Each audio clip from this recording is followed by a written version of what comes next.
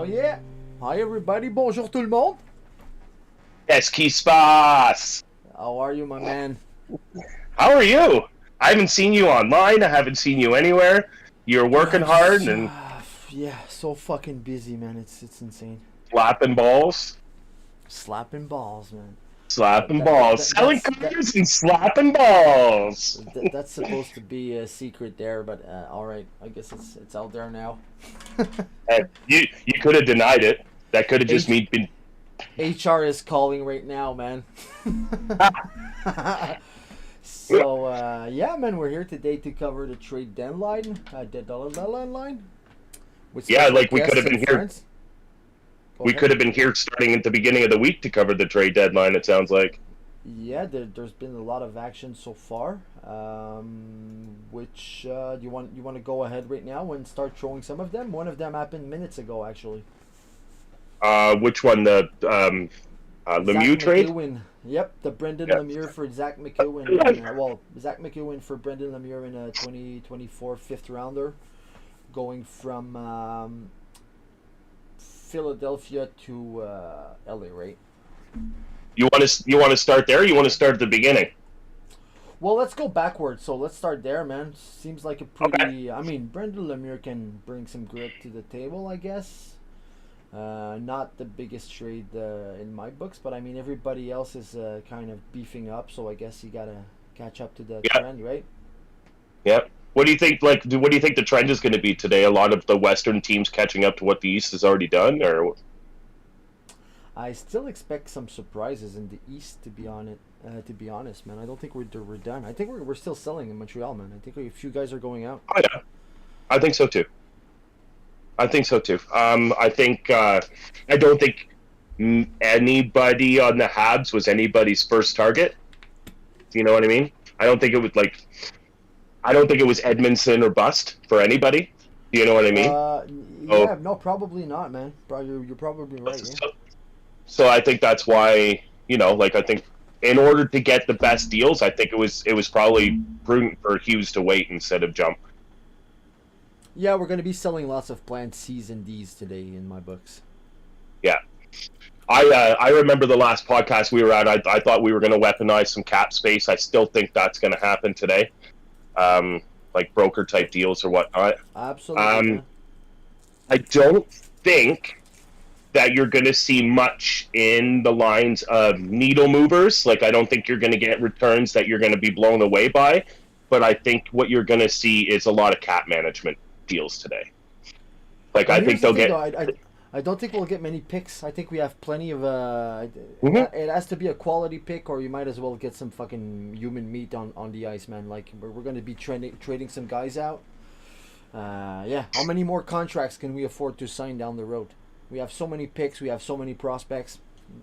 You need to get those quality picks in, because fifth and sixth and sixth rounders aren't going to be much useful to us anymore at this point. I mean, like there's been a lot of chatter that Habs don't need cap space, and that's a false narrative. We've got, I think it's like 17 million or between 15 and 17 million opening up, but I mean, we've also got 5 RFAs, and Jordan Harris just got twice his salary, so I mean, cap space evaporates as quickly as it becomes available, right? So for sure. So I think just a quick shout out to Damone and Loic in the chat. What's up, guys? Hey man, I appreciate you guys risking your employment to listen to us. Thank you. There's fucking employee shortage everywhere. They're gonna tolerate you guys watching the show. No worries. Fucking A. They let people walk around in car dealerships slapping each other's balls. You'll be fine. Fuck's sake. Never happened. Never fucking happened. Erroneous. So I guess we're going to be doing this OuiHabs and Dab style, right? I know you started off cam already, but I haven't. So I mean, let's I had to start off cam because my first dab of the day, I usually fucking almost die. So I had to get that out of the way off cam. Just before we came online, Brian's. What is it? Is it like a Google Home or something that started upstairs? No, that was my wife starting the car. She was taking my son to school. Oh, it was the car. That's hilarious. It was the car. It's hilarious. Well, I'm already connected too. Like, so it like booted me off of my Bluetooth to fucking fire up the car. And she's got her phone, which is connected to the car too. Like, it doesn't make any sense to me. Awesome, man. So Whatever. Brian is talking to me, and suddenly I hear his wife and son talking, and Brian's going mute. Beautiful, dude. Must have been the smartest I ever sounded on this fucking show. Yeah, I won't lie. It was. It's so hot in here, man. So yeah, going back before the Brendan Lemieux trade, earlier today we had Curtis Lazar being moved.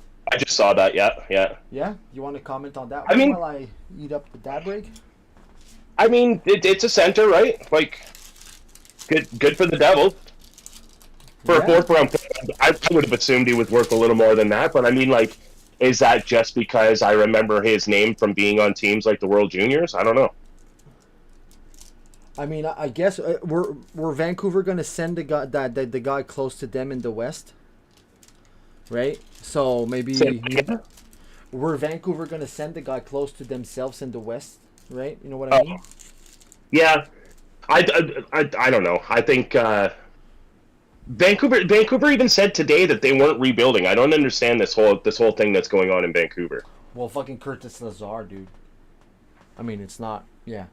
That's a depth right. right? No, but I mean, like the other trade that they made this week, they made a trade where they brought in that defenseman and sent out a first-round pick to pick him up, right? So. Yeah, which one was that? Let me. Hornan or something or other. I got the. Oh, they did send out Luke Shen also, right? Yep. Which is a pretty big piece. Yeah. So that might have been the Edmondson trade happening. Oh yeah, there's a couple. There's a couple of who was it too? Edmonton brought somebody in for the back end, and that pretty much eliminated Ekholm. Yeah, and that pretty much put the kibosh on Edmonton to With Tyson Barrie going the other way, it's kind of a hockey trade, man. We got something, right? Oh, obviously Ekholm was the better player. I'm not trying but yeah, it's a hockey trade. Tyson Barrie's going to play hockey. Is it? Yeah, but I mean, is he on the last year? Like, I don't know anything about his contract. Not sure. I'll look it up after this dab, man. Awesome. I'm gonna fucking dip into. So it's so we don't even have to look this up. Holy Tanner Janot trade. Wow. What was that? Tanner Janot, that fucking the tough guy from Nashville to Tampa. Yeah. Like what was that? That's like that was a he got more than Churin. He got more than Ryan O'Reilly. You know what I mean? I think it's probably because he's making like close to the league minimum, but that and also a specific need, right? Oh yeah. I think it was hilarious. I think Beanie hit the nail on the head. He said that Breezebot brought him in just for the simple fact that he knows that he would scare the shit out of the Leafs. Let me see Rick. He's been in the other channel for a while. I don't know if he's ready to come on already or if he wants to wait. I thought he was here already when I was calling in. Yeah, well, he told me from one. Yeah, from one. So, yeah, we're gonna have Rick Blaine for sure. I haven't managed to secure an actual time slot for Matt. So I'm trying to reach him today for that. But I mean, 12 is still a good time to sleep in Nova Scotia, I guess. Fucking A, what else are you gonna do? Fucking throwing jabs. Both dabs and jabs. He's not. We're good. All right, top UFAs left: James Redenstike, Oscar Sundquist, Connor Sherry. Holy fuck, these are nobody.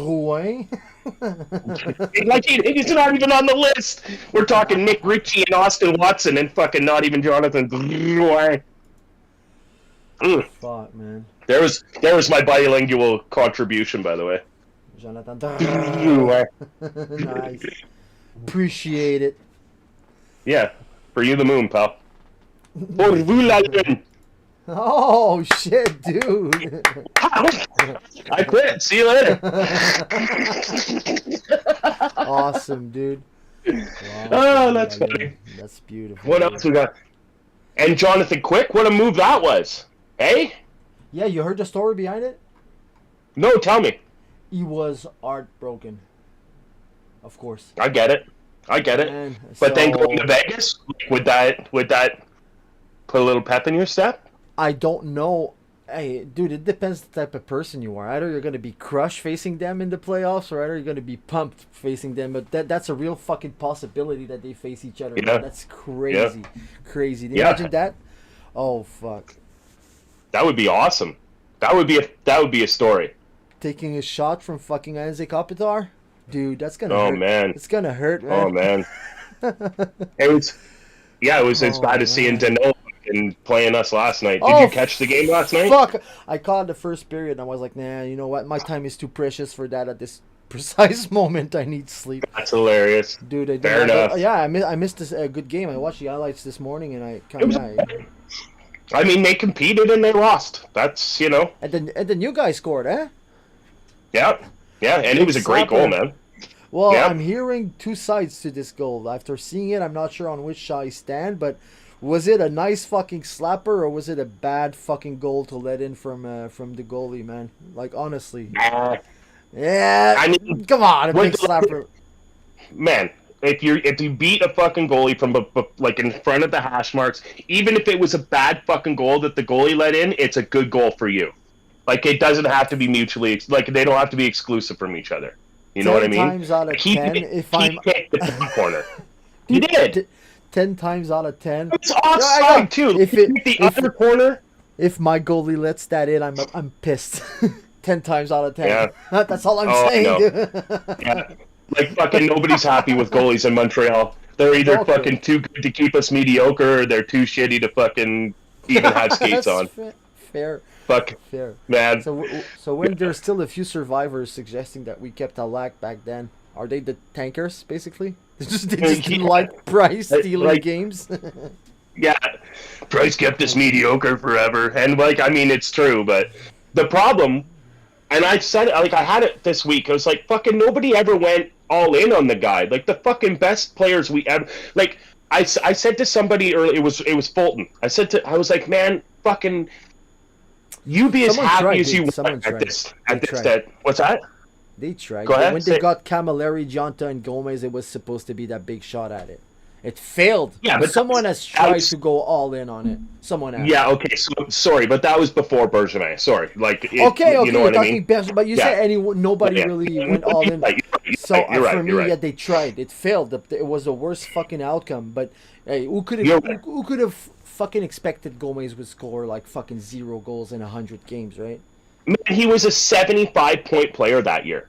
Like, before he was moved, like, he fell off a cliff, but he was nearly a point per game player. He was one of the biggest fish at that trade deadline. So I know it turned out to be such a shitty trade in the long run, but I want a GM that will make that trade every fucking time. I don't care. Let me risk going on Discord from my cell phone. Let's see if I can manage 2 Discords. Because if I go DM Rick right now, we're just gonna see the fucking DM screen on the stream, right? That's dangerous. Any type of DM, you know it. My DMs cannot be randomly exposed at any given moment. It needs preparation. You need to clear the screen, man. Shit.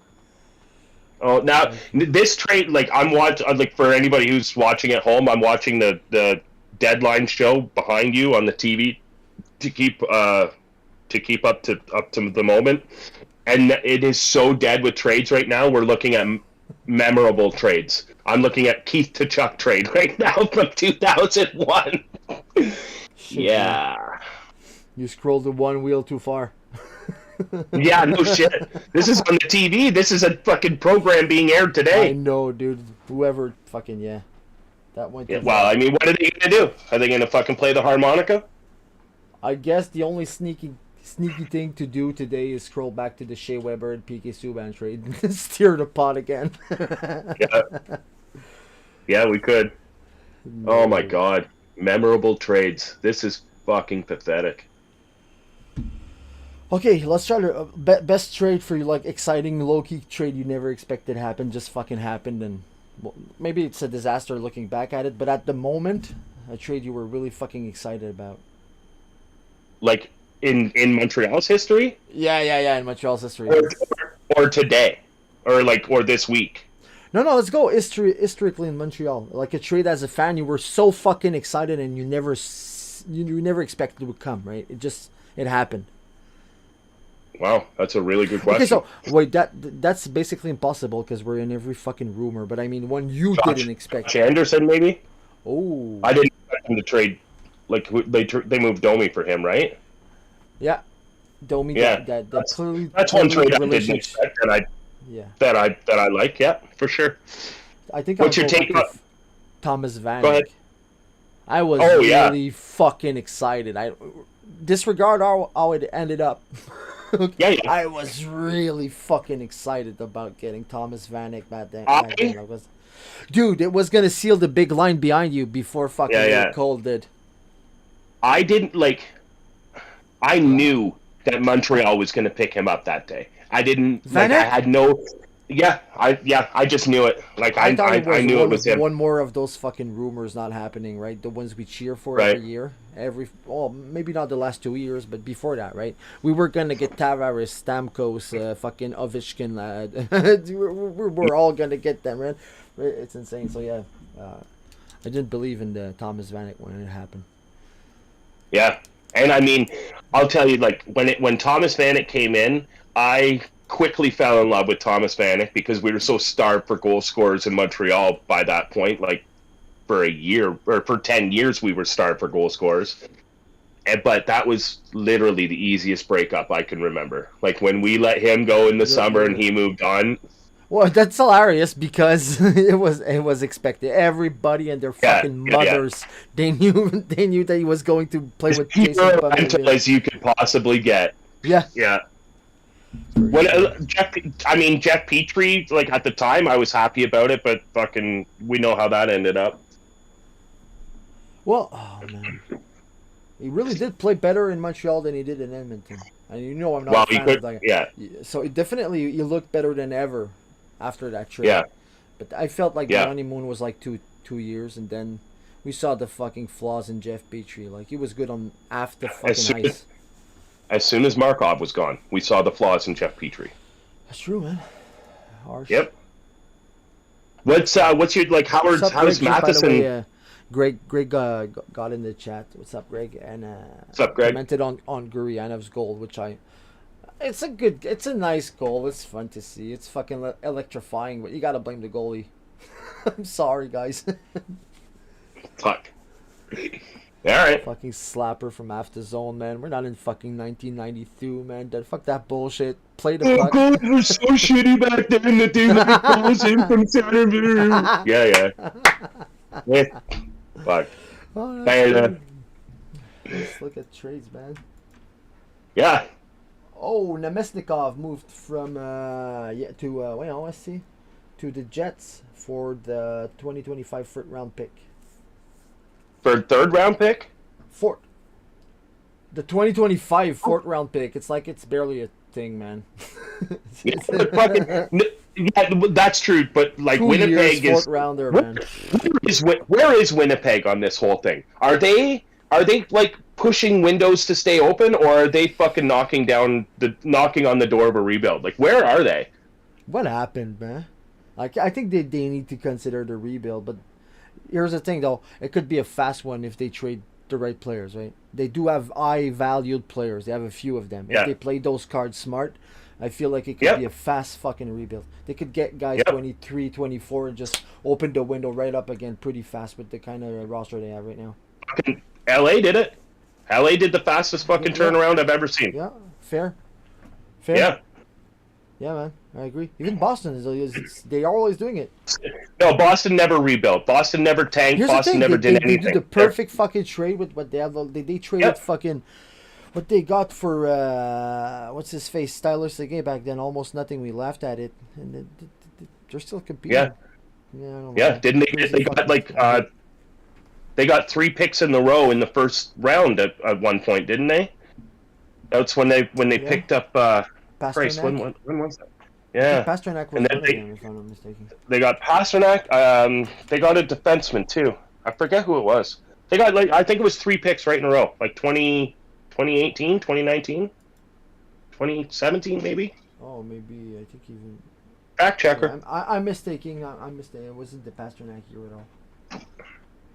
No, they got 3 young guys. Or, like it was in the Barzal draft year. I'm almost 100% sure. So it was in 2015. They got Zobril, DeBrusk, and Sinishin. So there's only DeBrusk in there that looks good for looking back at it. But yeah, man. That was the 3 in the row? Yeah. Boston, 13, 14, 15. Man, wouldn't that be nice? I don't know. I'll take like 3 and 7 over that, right? Yeah. No? Would you do it? Yeah. You trade 3 and 7 versus 11, whatever, 13. Fucking drop.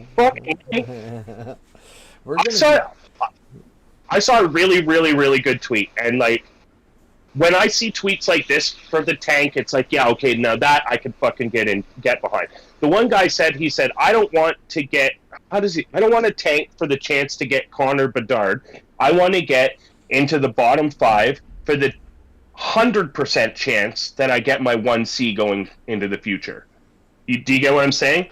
So like 1 through 5, you're guaranteed to get the fucking 1C that you need going through the future. Like, it's not tank hard for Bedard. It's fucking get into the bottom 5 for the fucking best player in 1 through 5. The way it was worded, it was really good. That hashtag isn't gonna pick up. I'm sorry, man. It's way too long. No chance. Then why don't we just get rid of the H off hashtag, and then that fucking maybe it'll fit into the 140. Shit. 280 now. Hey, we're doing this 100% English right now. Just reminded me with that H. Yeah. Every time, buddy. It's gonna be like that with Rick too. I recall Rick doesn't fluently speak French. So we're just gonna keep on. So yeah, I'm just gonna delete the fucking French description here. Just kidding. I can keep trying. I'm sure Blaine speaks French. He can do anything. Yeah, he does. Better than you and I. Yeah. Anything. For sure. C'est pas grand chose, là. Yeah, no, yeah, good, man.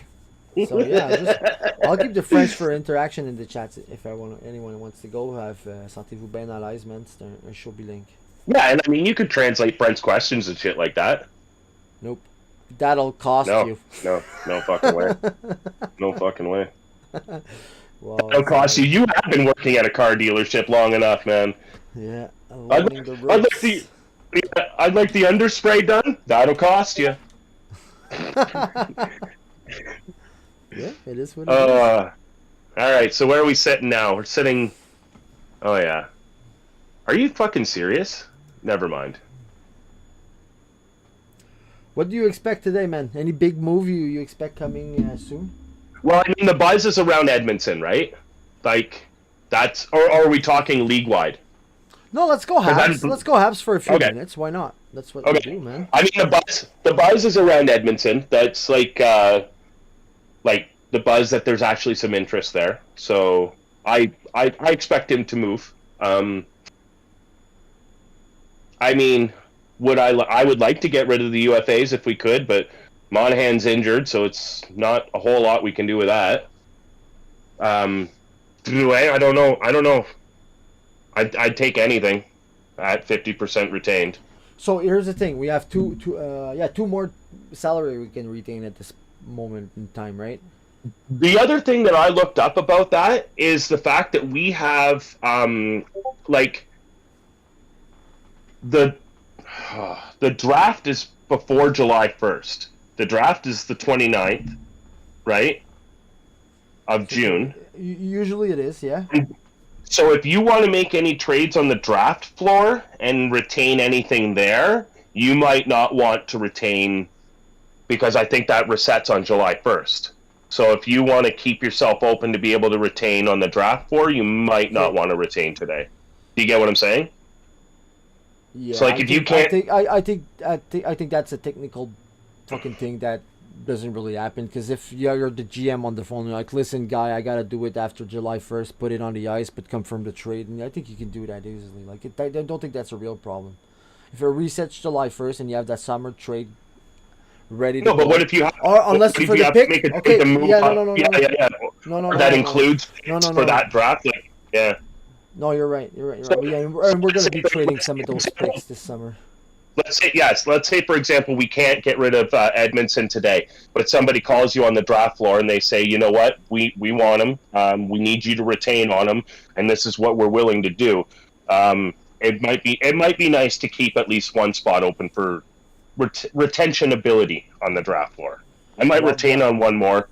Rob dropped in the chat saying that's been the idea the whole time. Only people that hate the tank thinks it's a bit or busting.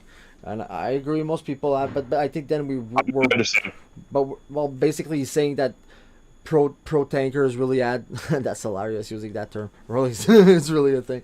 Pro tankers are actually already saw it that way. That whatever is happening, even if it's not bid or bust, right? But tanking is gonna bring you to bottom 5, and so they had that same. You remember the discussion we had, right? Like 7 minutes ago. Yeah. Okay. So he says sorry. Tankers have been looking at it that way since forever. That's fine. Tankers, it is what it is.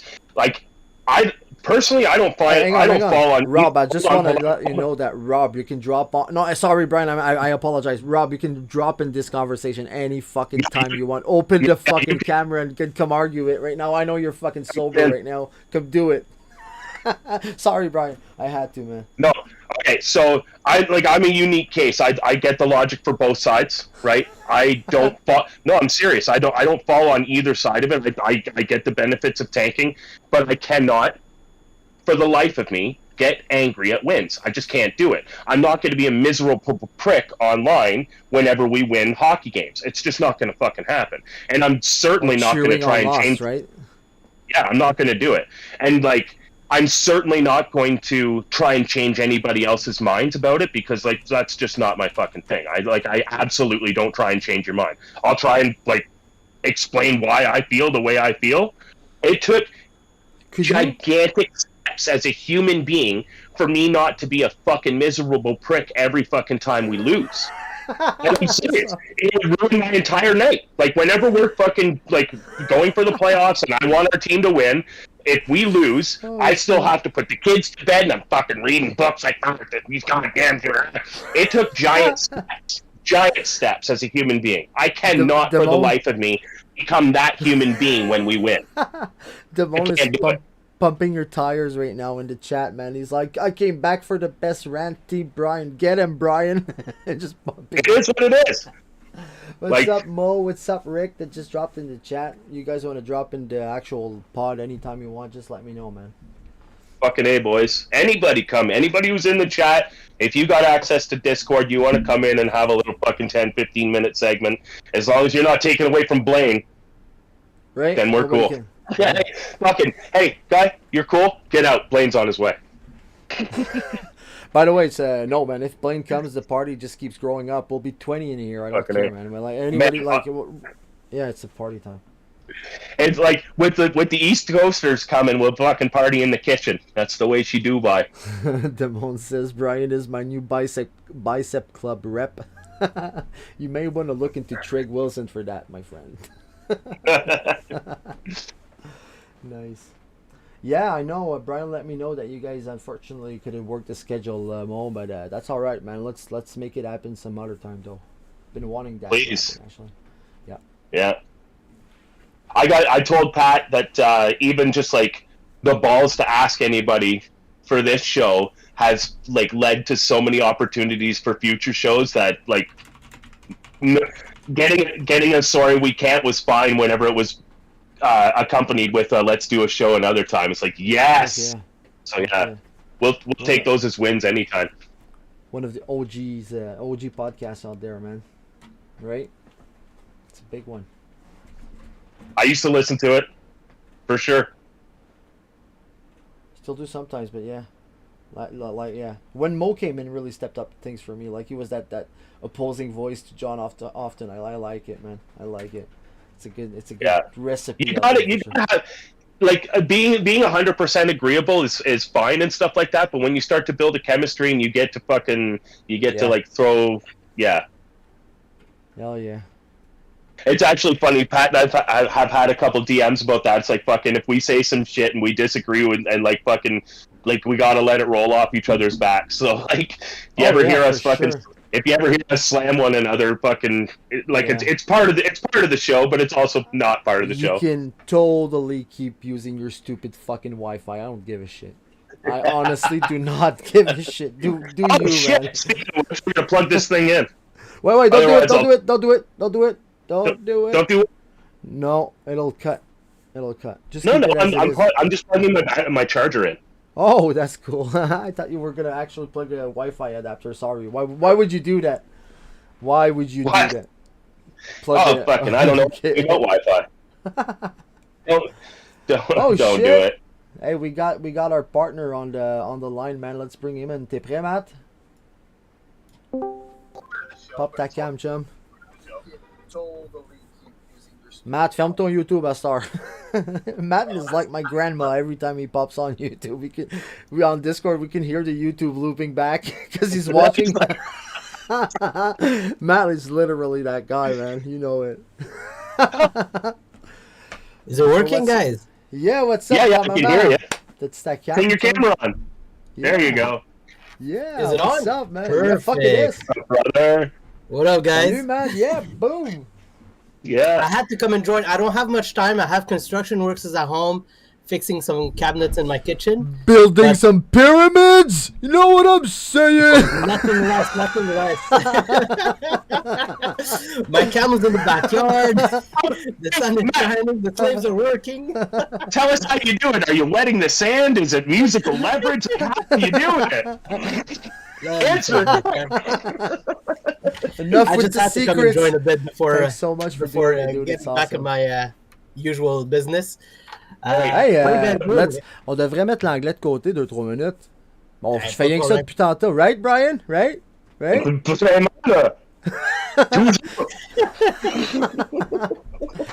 que, qu'est-ce que tu penses du marché à date des échanges, Matt? Honnêtement, il y a des personnes qui ont overtradé, que des joueurs qui en valent pas la peine, ils ont été il y a eu de la surenchère claire, puis il y a d'autres équipes qui ont rien payé pour le retour qu'ils ont eu. Fait que c'est sûr que pour moi, le marché est vraiment variable selon les échanges qui ont lieu. Puis ça a donné un Chikrin qui a été donné pour rien à Ottawa. Puis Janot qui a été acheté par Tampa Bay beaucoup trop cher pour le retour. Kane pour un deuxième choix au repêchage parce qu'il a ciblé son équipe. Puis tu as des joueurs, des contrats qui bougent. Honnêtement, ça ressemble à la NBA, le marché des NHL cette année, où ça bouge vraiment beaucoup. Puis je déteste dire que j'ai adoré les moves des Leafs. Malheureusement, the guy came in unprepared. The guy came in unprepared and covered the whole fucking draft deadline like snap. Better than, but you see why we're partnered with this guy, right? Like, there's reasons. 100%. You want to rap what you said again in English? You down? Perfect. Super easy. I think the trade deadline this year is so unpredictable.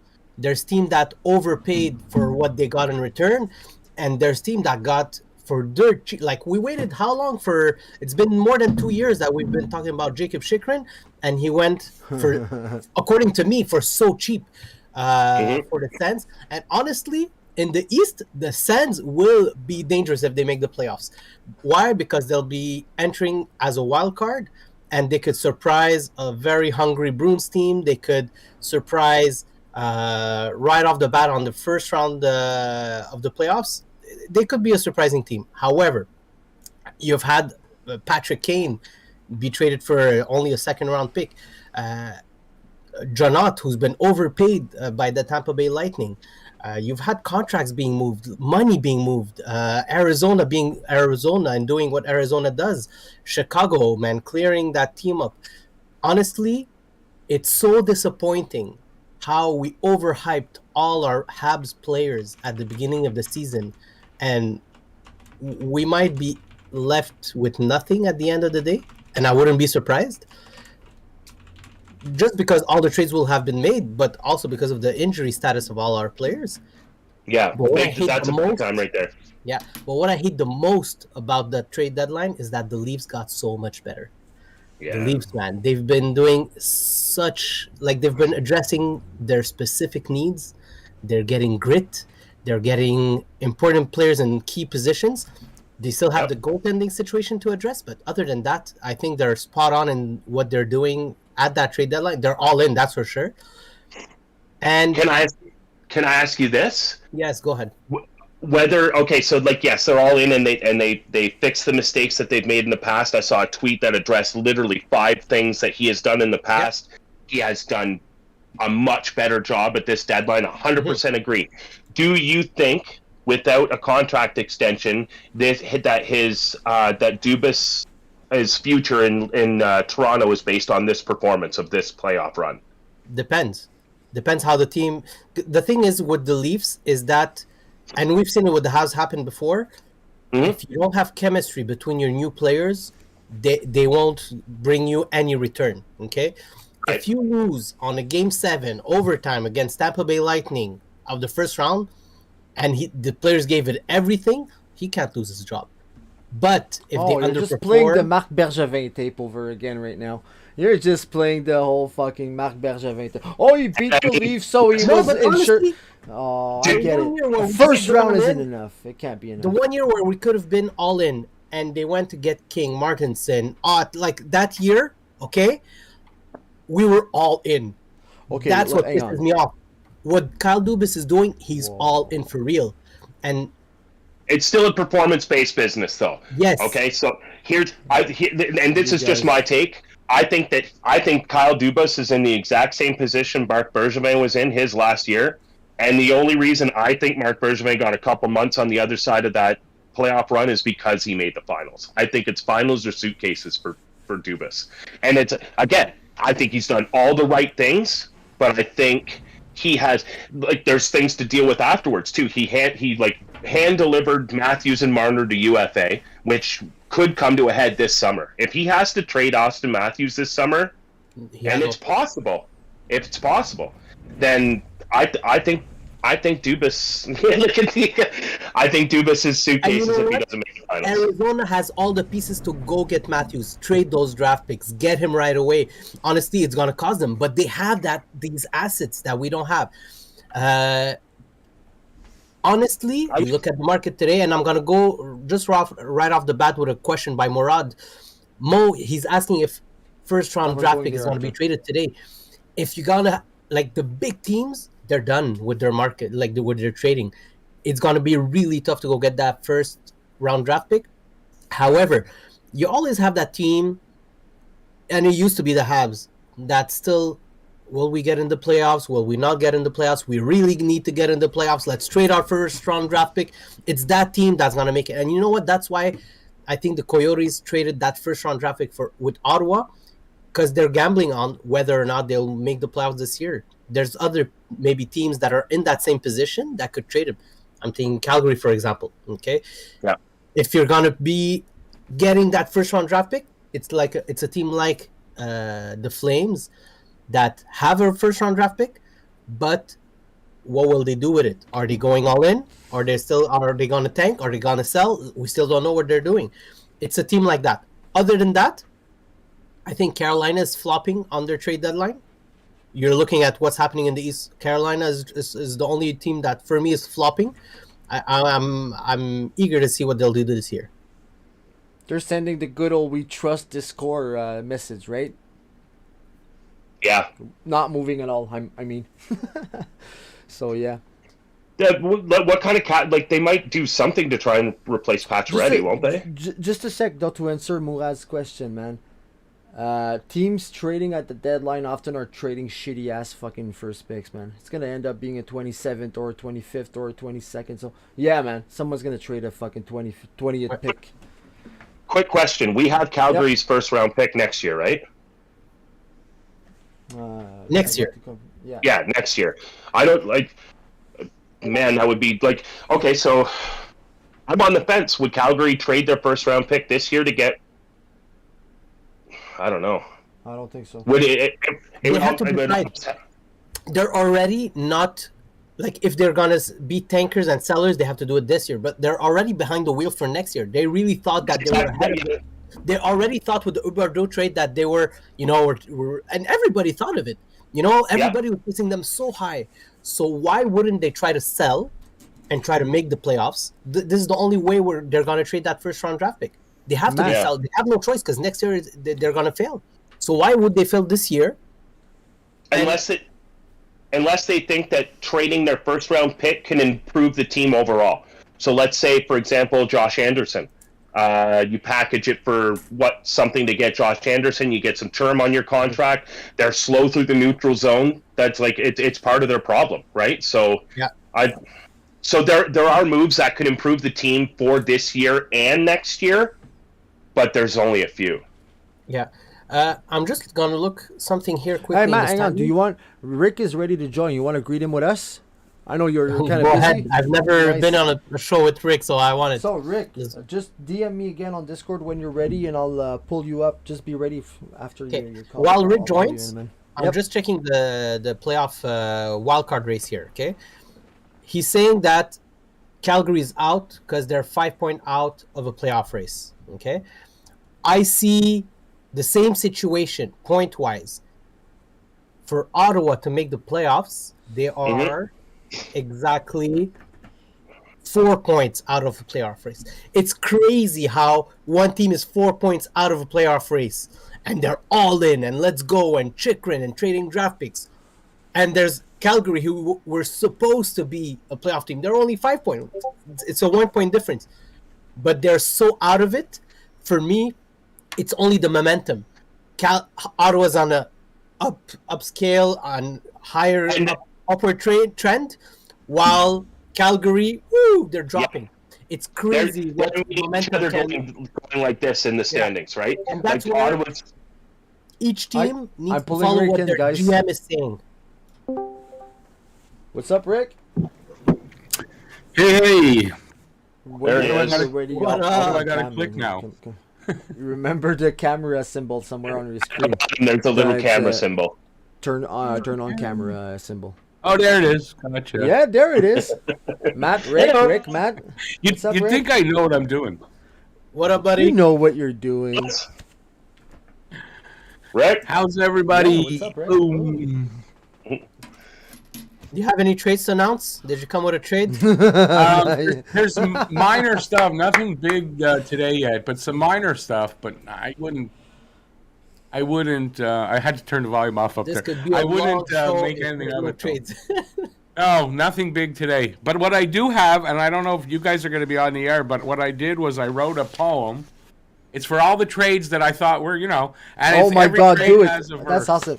Okay, just a sec, Rick. Go read. Go listen to Rick's other poem that's on YouTube. It's hilarious. I'll give you a preview if you want. Oh, do it! Do it, guys. Be ready. I'll give you the first page, and it includes the Habs. So just the first page of 4. Okay. Nice. It started with Bo Horvat on January 30th. Canucks got back Beauvillier, Adorati, and a first-round pick. Next went Tarasenko and Mikola. St. Louis ranks got thinner. Got back Blais and 2 picks, and also Hunter Skinner. And they got Abramov from the Leafs, Adam Gaudette, and some picks. He sent back Ryan O'Reilly and Acciari to those dicks. Washington sent Dmitry Orlov and Garnett Hathaway to the Bruins 4-3 picks. And Craig Smith, I want to say. In walks the Canadians. To the Stars goes Dadonov. They send us back a good upgrade in Denis Gurianov. The Devils pick up Timo Meier. That's a pretty big win. Sharks got a big haul in return. Keep your eye on Shakir Mikamujulin. Hard name to say. Anyways, there's more. I don't read my poetry well enough for myself. I love it. You know Rick. what? If I did this on like a voiceover, I would have you read should- it well. You Can't need to do it sell live. that to some rappers, Rick. That's what you need to do, man. I Sell can't it rap. to White some rapping rappers. is not a thing. Rick, one day we'll do a song for the OuiHabs podcast for a playoff run or something. You need to write it for us, and we'll find a way to do it. Absolutely. I don't charge too much, just a few thousand, but no problem. Absolutely, though. Listen, I'm in for that. If you ever That's want, a lot of I'm in fucking for that. t-shirts to sell, man. Hey, by the way, for all of those in the chat, all of those who are catching the trade deadline, don't forget to just drop in our shop, check the new products, check the new hoodies, logos, bags, Mugs, phone hats, cases, mugs, Awesome. bathrobe. Bathrobes. A fucking bathrobe. It's all there. Phone cases. You guys wouldn't believe the time we spend in DM trying to fix these things, design these things, and these two guys here work really hard to make that shit happen. So, cheers, boys. Working on it myself. shop. Working on it myself. But yeah, it's not an easy thing to do. Trying It's to come up very with hard. designs. No, I've got a the question ideas for are you there. guys. The designs are there. do We you- just need your encouragement, guys. It's what we need a little bit of just to get that pod going and helping us improve our product. That's it. Don't you have to pay copyright to use their names though? What? This is Not a the question- names. No. Not the names. No. Awesome. No. Yeah. So like That's the question I had. anything, It's gonna anything help that you think is like close enough, like you can't take pictures that other people are credited for. Like you can't Right. just take random Google pictures and stuff like that. So like we try and change as much as we can for likenesses, but you're allowed to use their names. Awesome. Good to know. Yeah. Because Yeah. I'm gonna start working on that stuff. Awesome. Yeah. Anyway, Right on. on-air meeting. Look at this. An on-air meeting. Look at what people get. You never know. That's worse. We've had people order fucking chocolates from Brian online on stream. Yeah, that was awesome. Yeah. job, Rob. Brian, I got to get in touch with you. My wife wants to ask me to ask you something. Nice. So What are gotta your get in prices touch. right now? Yeah. no, not on air though. Not on air. Off air. Am I allowed to do this? Rick, like I told Rob, I'm gonna FaceTime my mom after if you want to talk about it then. I got a show right after this though. That's my problem. Okay. Yes, you're allowed to hit whenever you want. Let's all hit one. Matt, t'avais-tu... Good Uptown Haze. Non, Uptown mais- Haze. Est-ce que tu supervises les gars de la construction ou t'es en construction toi-même? Ah non, je suis juste avec eux.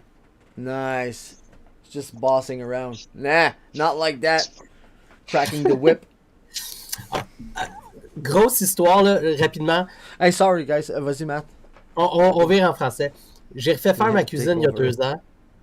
What? Puis j'ai tout fait fitter, tout était correct. Puis là, je veux changer mon frigo. Mais maudit, le frigo que je veux, il ne fit pas dans le trou. Puis il n'y a aucun modèle qui fit dans le trou que j'ai fait. Il était juste fait sur mesure de mon ancien frigo qui est de 15 ans passé. Nice. Fait que il a fallu qu'on vienne puis qu'on réajuste certaines dimensions parce que j'ai juste pas checké les specs des frigos, le marché actuel. Fait que Nice. Supposed to measure. c'est You're juste supposed to chiant, measure mais il faut first. que ça soit fait, pas le choix. Oh, Rick, you You're do supposed to understand measure French? first. I understand. Aren't you supposed to Nice. measure it first before you buy one so you know how much that it fits? Or you Yeah, did that on close purpose? It's a new mistake. It's the first time I do renovations and I'm not very handy, so It's a common mistake. I'm learning. believe I'm me. learning. It's a common mistake. Yeah. Nice. I understand French probably better than I speak it. I guess. Oh, can you speak it? I had no clue. I speak a bit. Listen, my ex-wife is French. I You have a spent soundbite? 20 years in a French family here in Quebec. My French is okay, but Rick, I'm rusty. That's really what it is. Give me a soundbite. Like Brian out there has that pain là that he drops every night. Look at his proud face. I love him. I don't know if I have a favorite French saying, but I can swear in French if you want. Mon esti de calice de tabarnak. I love it. You probably have your first accent's not shirt good. right there also, Rick. A screenshot of your face and it's saying... It's a present from a subscriber. It's a Caulfield. I got it for Christmas Nice. from a subscriber. Nice. Yeah, Nice. really nice shirt. Love it. My new uniform for the shows. Do we, Some of our, have we some been of our- have we been aware of the new Twitter fight that's brewing right now? Like right now, it's tank versus anti-tank, but there's a growing faction that thinks it's time we have to trade Cole Caulfield because he Don't wants so open much this money. again. You just take a guy, blow your head off, because that's the dumbest. You don't have. There's empty in there anyway. So if you think that, I mean, that's the. And they want to trade him where, to New Jersey with his buddy? Yeah, that's actually fucking. Like that's the only. Listen, That's how actually about this come up. one? Yeah. Something that's more likely, I guess. This one. What do you think of the rumors of the Mike Matheson trade? That's. I mean, isn't that as? I mean, I don't find it as weird. Trade. Why would they trade him though? Like, Yeah, I that's wouldn't not trade the him guy either. trade. But I mean, whenever you look at it, that's where you're going to get the return from. Like we could talk What about do you think Edmondson all get you from want. what return do you think For you get from Matheson, a team picked up Jeff Petrie and fucking a first round pick for him, like literally last season. Like you're not going to be able to. You got to keep veterans around. You can't have just a team of rookies. But that's okay. If you we have to get away from that argument, okay? Because there are veterans. You can't pick. If you're going to move a veteran, he's got term on his contract at $4 million. That's where you're going to get a return. Again, we could. Edmonton's a veteran. Josh Anderson's a veteran. Yes, you have to keep veterans, but I mean, if you're going to trade anybody, and if you're going to that's a logjam on the right side of Habs defense going for the next 5-6 years. I get it, but the way Matheson plays, we don't have all that many that can fill. I wouldn't trade him. 100% agree with that. I don't trade him either. I'm just saying I understand the logic. That's where it justifies all the intensity of the rumors around Edmondson, because you have Savard that can play a similar stay-at-home defensive, physical-ish play that Edmondson plays, right?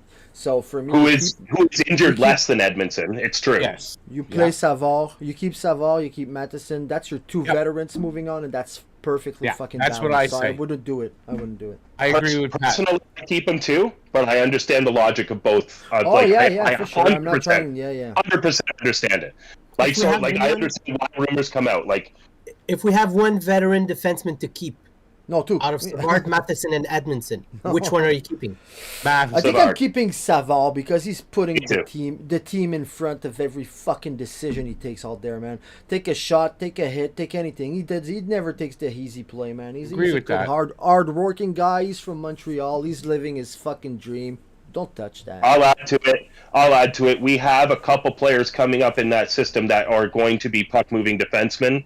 We've got few that are going to be the big, tough, rumble-tumble. We have a couple, but I have a feeling we have more puck-moving defensemen coming up through the ranks. And I want to just put an asterisk on that. I'm not trading Matheson now. I'm not trading Matheson in general. The thing is, I would keep Matheson. Out of the three, I'm keeping Matheson. Just because at least a season. One more season at least. He's seasoned defensively. He's got offensive upside. And he plays the modern game for yes, exactly. But the only thing why he didn't start the season was because of an injury, which is one of his rare injuries in his career. So for me, Matheson is the one. And Savard, I think that because of past playoff performances, has maybe more value on a trade deadline like today.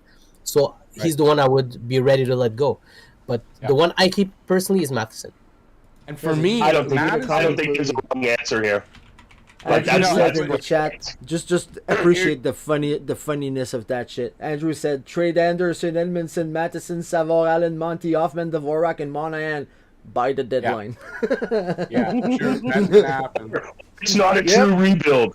Live in reality, though. That's not reality. Come on. Listen, let me get my opinion out for Matheson. The reason I want to keep Matheson over Savard is because Matheson plays the modern defenseman's game, where they got to be good both sides of the puck. Yes. He skates like he's such a beautiful skater, and the energy that he can bring and stuff. Now, there's also another thing that I was just hearing recently about forwards and defensemen.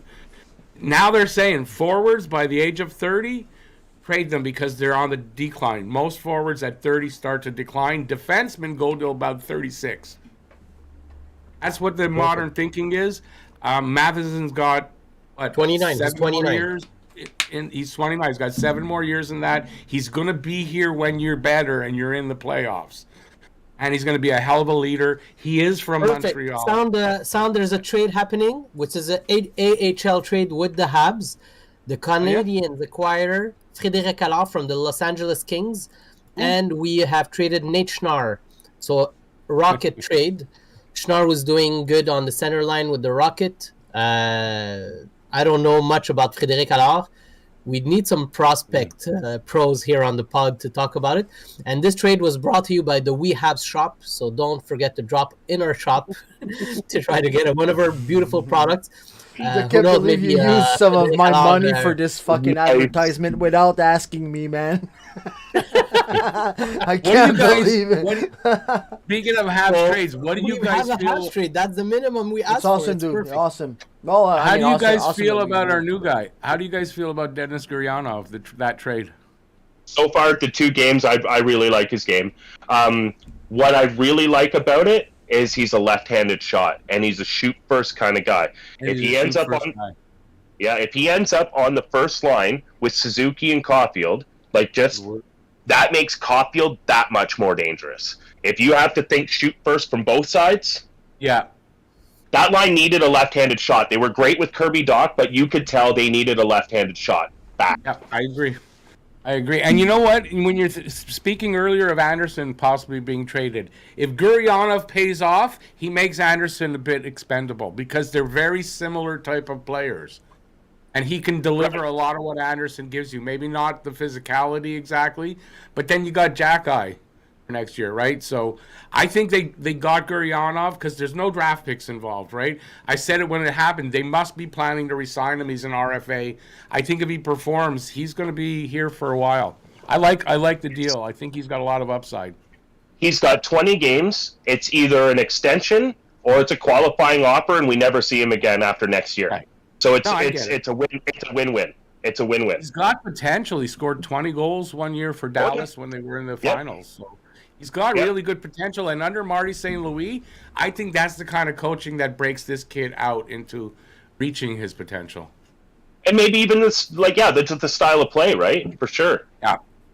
He seems to fit what they're looking for. Yeah. My first answer to my first reaction to the Gurianov trade is explaining how little I care for Dadonov.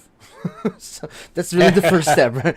Getting anything back for Dadonov was perfect.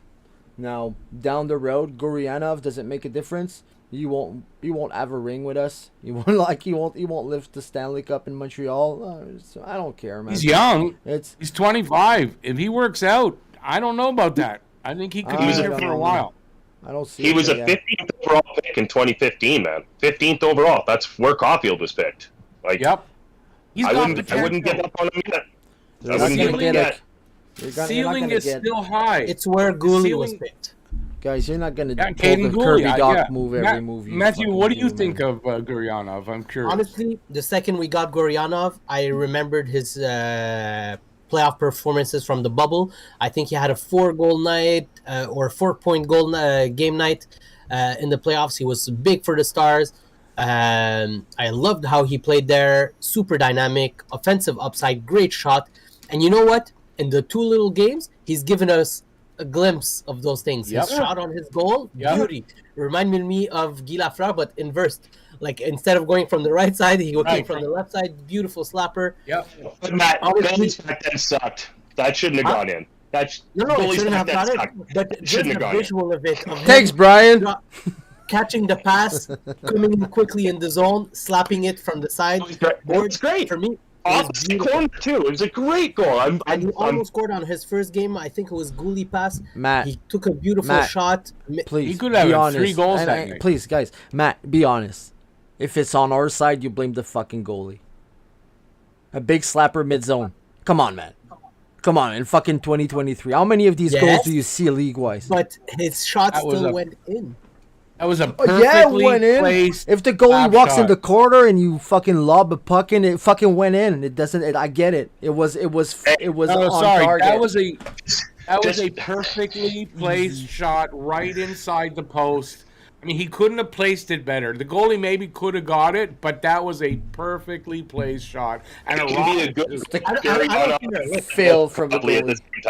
At this point, all I want to see is this guy able to turn it off? Is it able to turn it on?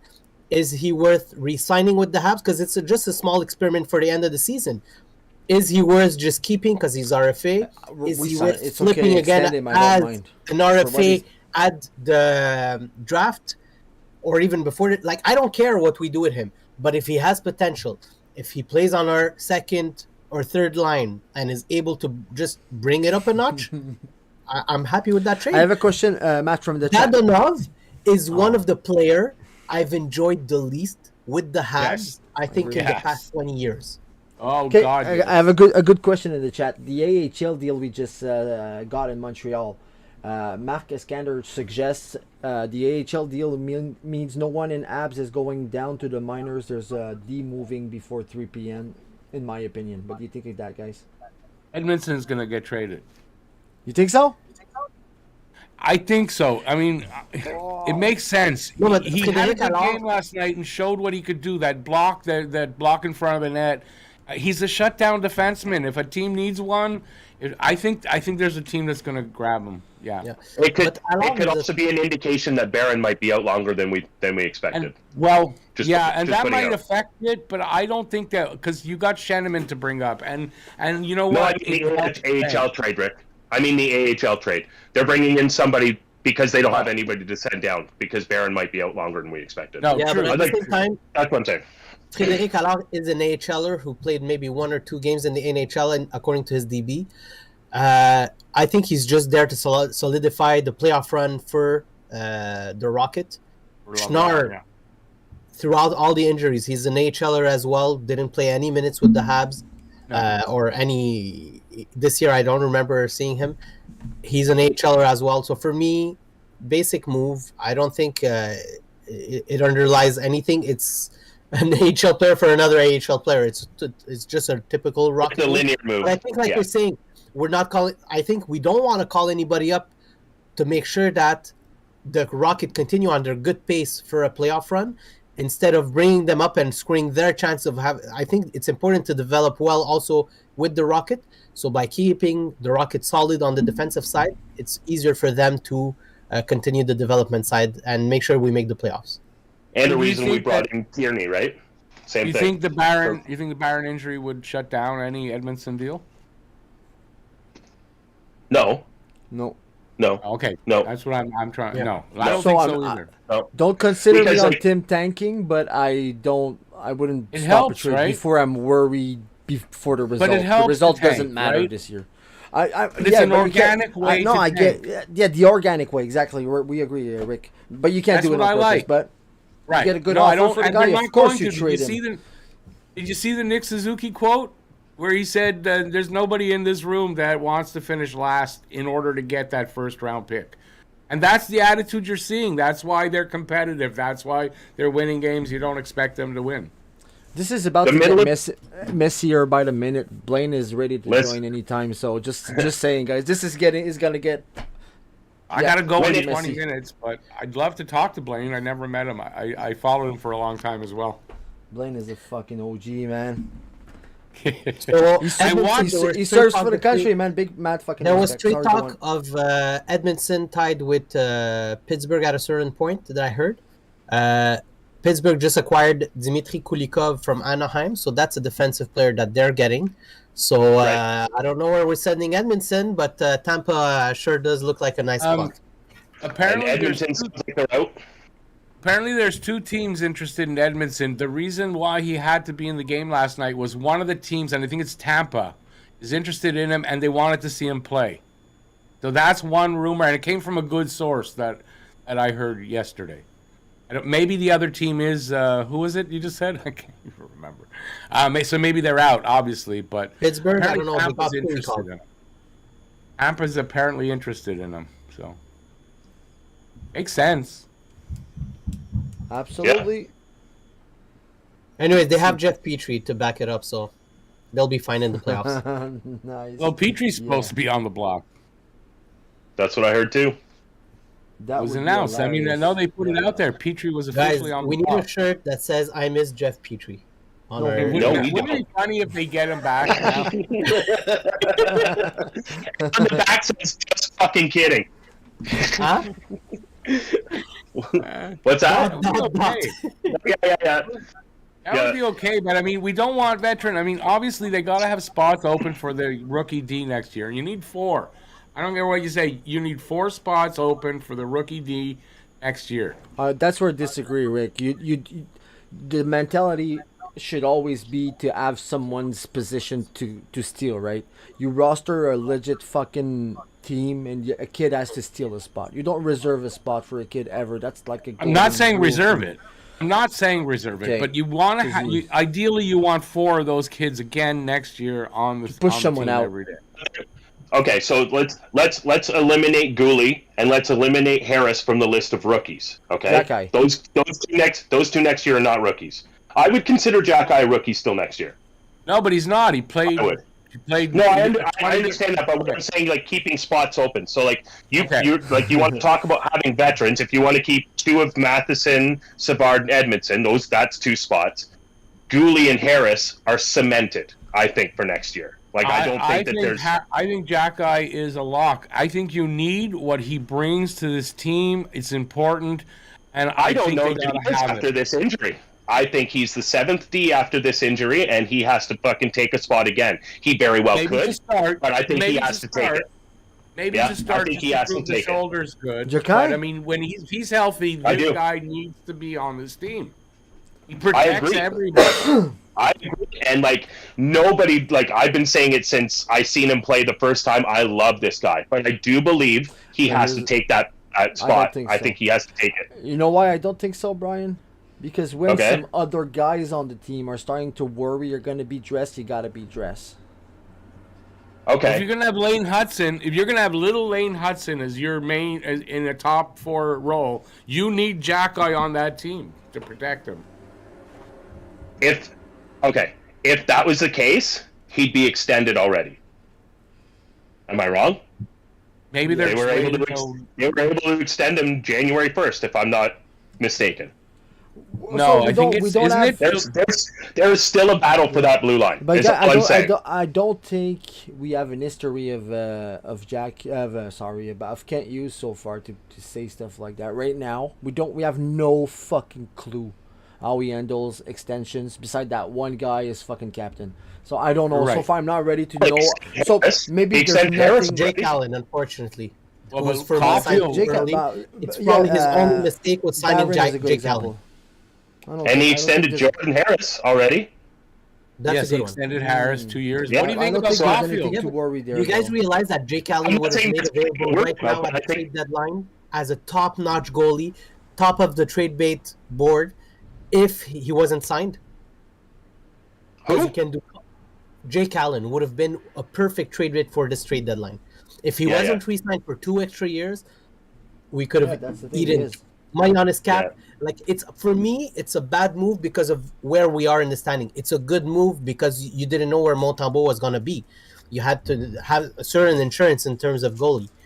But for me, Jake Allen was a bad extension because of the situation where we are. Right now, teams are salivating for good goalies, and they can't find, we're not seeing them being moved as much. Quick is the only one who's been moved. Right. But honestly, he's at the end of his curve line. He's at the end of his career. Quick isn't a good... Corpusalo is the better goalie this year. The one he was traded for. Oh, yeah, without a doubt. And LA, that was one of their problems, right? Was Quick wasn't very good, and defensively they were giving up a lot of goals, and they kind of answered that with the trade for Korpisalo and Gavrikov, I think. Oh, LA might be a little more dangerous. Rob was saying to keep a spot for Mayu next year. Obviously, Rob's the one comes up with that. Logan Mayu. Yeah. Oh, Mayu might. I don't know next be patient year. With Mayu. A year after, though, I think he's in Laval next year. Guys, don't walk in it. It was a Rob comment. You're not supposed to answer that. Well, since Mayu mentioned, I said there was less than 0% based on how much of a logjam we have back there. Since Mayu's been mentioned, how do you guys feel about Mayu? Are you on board? Because I was not at first, but I mean, the kid's done what he needs to do. I'm not going to hold him accountable. That one thing when he was 17. I'm even done trying to make it sound pretty. You know what? It was a stupid thing to do, but nowhere near as bad as people made it. It's a stupid fucking pictures. It wasn't rape. Exactly. So people need to fucking learn how to Let's not minimize though. It's No, I'm still not picture. Matt. Still You can't. It's without impossible. consent. Matt, it's impossible to minimize because it's so fucking exaggerated on the other side. So anything you do Yes, or that's the say thing. No, isn't but minimized. what I He's want to say paid is the that fucking we don't want price, to go man. to the other extreme where we I'm not banalize doing something that, like though. that. It's not that. I'm It's not However, that. not doing that. It's not the that. no, but I get exactly where you're going. But whatever this became compared to the gravity of the action, it's too like we're going like, and Pat, you've said it on our pod before. We're going so much into extremes that the Mayu situation is at the same level as the Team Canada situation, and that's Yep, how bad you're it got. 100% right. And it Yep. shouldn't be. There's no way it should be Okay. like that. And that's where it shouldn't be, and that's why you can't analyze at all. Like, you know, when they said the guy that I want to forget his name, the guy that Boston traded for earlier this year. Mitchell, isn't it? Oh yeah, exactly. that's right. That, Yeah. yeah. Yes. Not the same You know thing. how at that moment Gary Bettman said, when Mayu is ready to sign with the Habs or play NHL, we'll revisit if yes or no we allow. And for me, this is two totally, like, I think the Habs, because of the backlash at the moment of the draft, they've done their due diligence. They've placed Mayu in all the type of programs necessary, rehab necessary, any type of support. And for me, I think he's going to be ready when he's ready to go up with the Habs, because we have many women in the Habs organization that are working. Chantal Maccabe won't let it happen. And all of the I forgot her name. I hate forgetting names. Marie-Philippe Poulin, by chance? Marie-Philippe Poulin is with the Habs. The Margaret. president, the new president. What's her name? Margaret. Oh, I don't know her name. Margaret Yeah, there you go. Yeah. There you go. Bélanger Yeah. Bourgeois, I think. Yes, and like, for me, those are exactly the people that will have a word to say, and I'm super happy that Habs have women in the organization now Me to too. have a voice and to make sure that when Mayu does come up, he's ready. And I think Chantal Magabe already is getting backlash because she is doing work with Mayu, and Yep. because She got a huge backlash this year. what Mayu is doing, she will make sure that he's more than ready because of the backlash he's already faced when defending him. Yeah.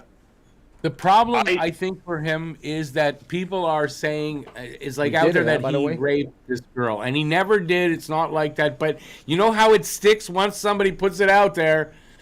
It sticks. And he's going to be with that forever. One thing I want to say is if he plays in the AHL next year, no one has to worry that he's going to be okay. Like, they're going to let him.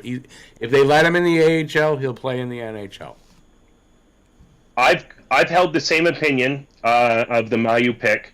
I didn't like the pick, and it had nothing to do with his past and like stuff like that. I didn't like it because he had a perceived path to redemption, and one of the things that he decided with his family was to recuse himself from the draft, and we ignored that. I didn't like that. I still don't like that. But what I am happy is that he is dealing with this new management team, like Matt said, with a lot of women in the organization. We are now being forward-thinking as an organization instead of having the old dinosaurs who picked him.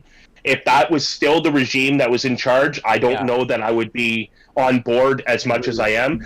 Yeah. I don't. Again, it's been so maximized to one side.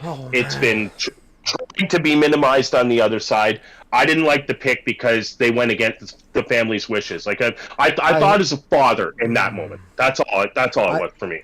For me, man, bro, imagine you have the chance to get.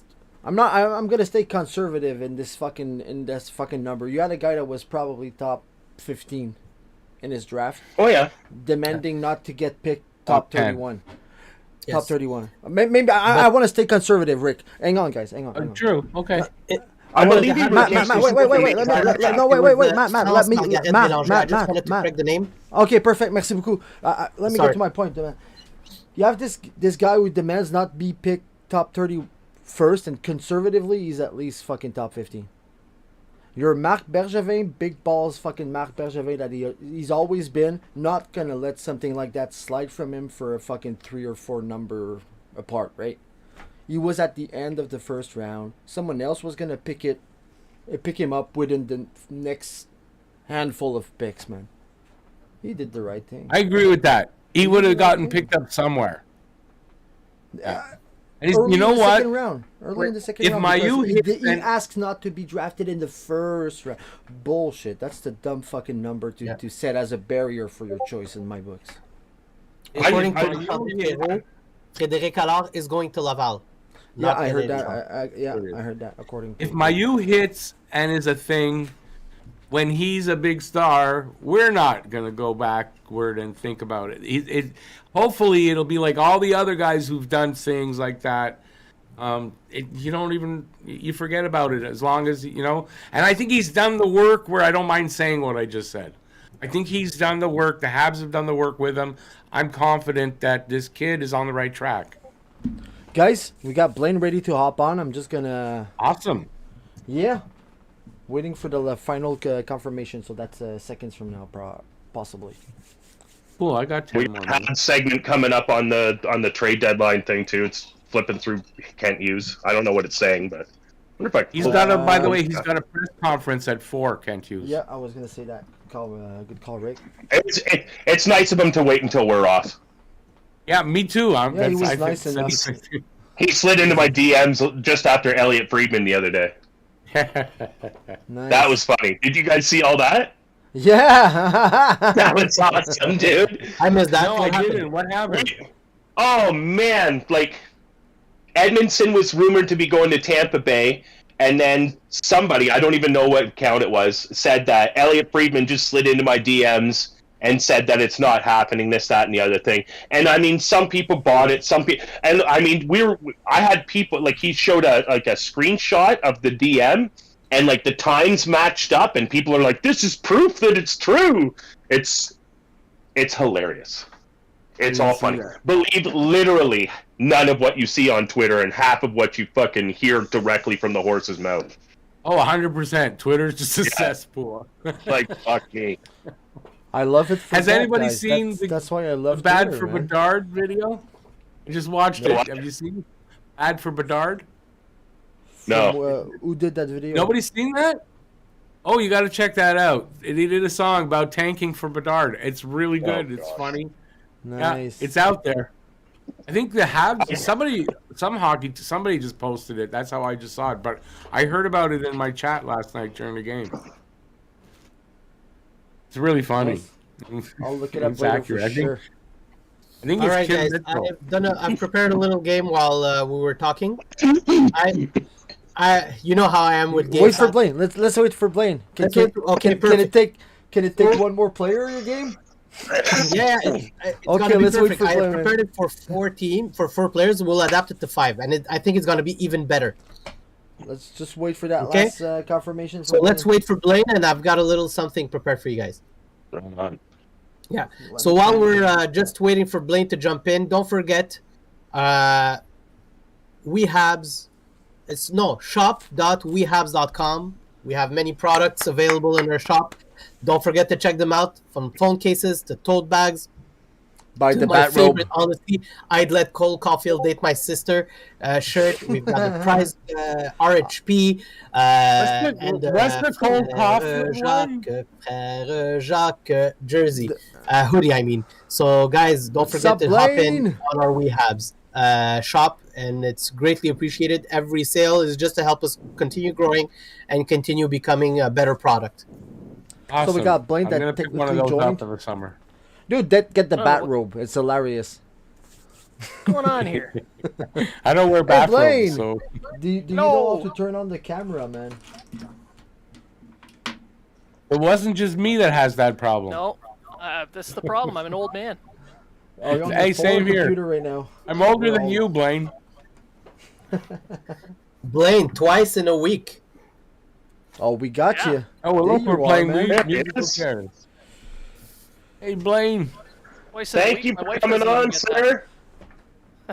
Yeah, fist bump. Boom. Fist bump. How are you, Awesome. man? Old.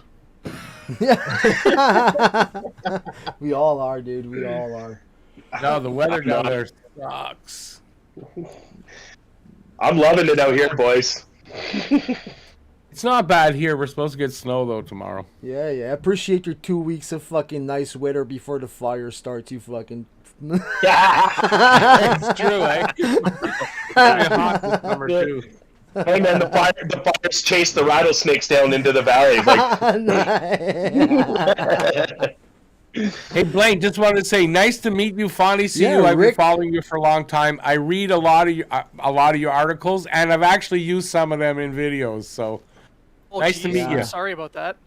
I'm Check always a it bit out. Don't be sorry. starstruck Don't be myself. So sorry. humble, so humble. I love it. Blaine is fucking. He and his boys from Abs All Unfiltered are also. We were talking about John and Mo earlier. The guys from Abs Unfiltered is also pretty fucking OG, man. Always remember. I think it was the first season or second season. The ads for Burgie Arms. The fucking those killed me, man. It killed me all over. Every fucking pod. I expected it, and I would fucking crack up anyway, man. That was well played. Burgie Arms. Yeah, Hughes hasn't given us any. not much content on today, that Blake. front. What's that? Not much content today. No. Your opinion. I expect Edmondson is going to get traded. How do you feel about that? I think I read something already about it on Twitter today or yesterday, but I want to hear what you say. Well, I wrote about the Tampa Bay Lightning and what they would need to offer to make it worthwhile. But I wouldn't be surprised to see him go. At all. You expect it? Let's ask. Do I expect it? Yeah. I'd Not say I'm about surprised is easy. 75%. Yeah, I'm with you on that. 75%. He right does back. get I do. traded. Yeah. Oh, that's freaking high, man. From what like I'm reading, Coin toss right now. 50-50 is good for me, man. Coin toss. Let's ask Maybe Blake a yes. question. Matheson, Savard, or Edmondson? Who do you keep if you have to keep one? Ooh. Savard. Oh yeah, I love it. it was 3-2. It's Were you 3-2, listening so- earlier, dude? Matt, we lost. Oh. We- Oh, you guys Matt won and I earlier? lost. Yeah. I'm Savard all the way, man. You know Yes. what? I did not like Savard for the first. But you know what? This year he's turned me around. He's playing really well defensively. playing amazing, He's that's a for sure. coach out there with these guys. I really like what I'm seeing from Savard. So, But the I'm kinda good turned thing around. is we're probably keeping both Savard Yes, I and think- Matheson, so we're fine, guys. I think Right. we are keeping both. I think so. Oh yeah, no, we're definitely keeping both. Matheson, I mean, he's a really good player, but you'd get a ton for him in a trade. So I wouldn't mind seeing him go in that regard. He's I not think going. it's important that the Canadians have a couple of guys from the area, guys who want to be there, who know region, that want to raise their families in the Ça, region. c'est That kind vrai of en brings in. tabarnak, Blaine. I say ça. C'est pas parce que t'es d'ici que t'es capable de jouer ici, mais des fois t'es ici et t'es capable de jouer ici, puis je pense que Savard et Matheson, les deux sont capables. And you got one from each side. One French, one English. I think it's a great combo to have that. Nice. Rien plus moderne que ça. Yeah. I love it. That's Bill 101 for you guys. So Bonjour, does that Brian. mean Matheson has to be smaller? Hey, Pat, does that mean Matheson has to be smaller? No. No. Well, he's He the can be the same English. size. English has to be smaller. Okay, he can No. separate Yeah, the two. the name on his back has to be written a bit smaller. That's all That's it means. it. Written smaller.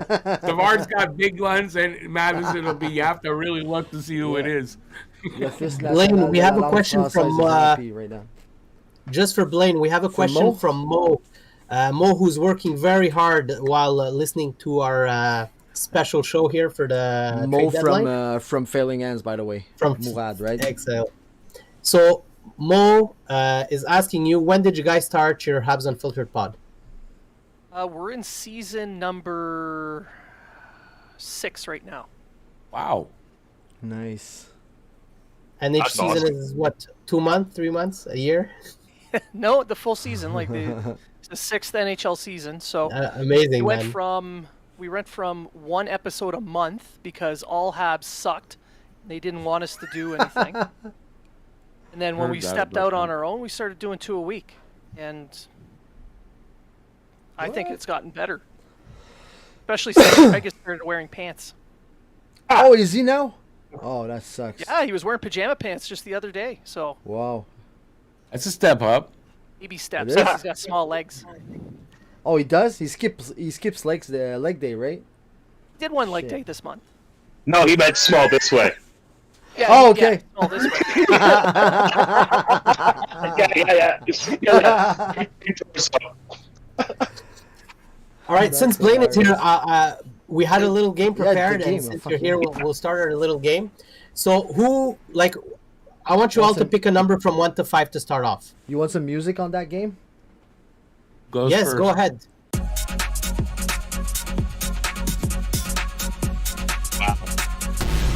Wow. Okay, go ahead, man. Bonjour, mesdames et messieurs, et bienvenue au quiz! Le quiz des étoiles, aujourd'hui, on a 5 étoiles. Guys, I'll give you each a Google number. reviews. Okay, depending on who's on my screen. So Blaine is number 1, Brian number 2, Pat 3, Rick number 4, and I'll be number 5. I'll be giving you.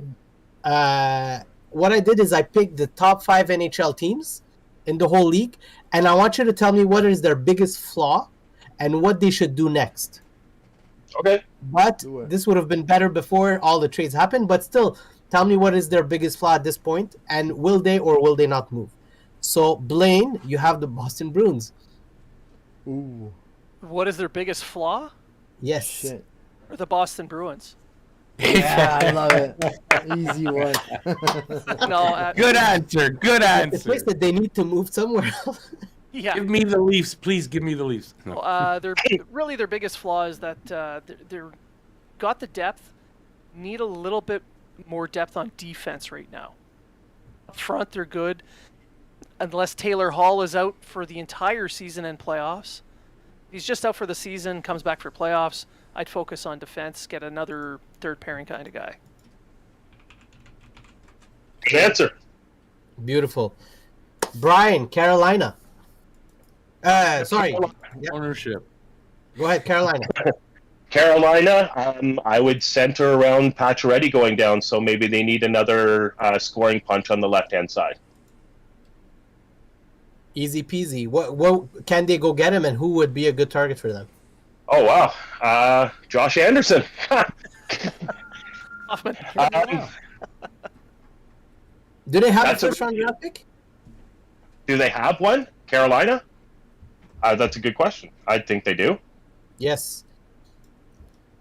Huh. Or do they have enough money to pay Anderson? Yeah.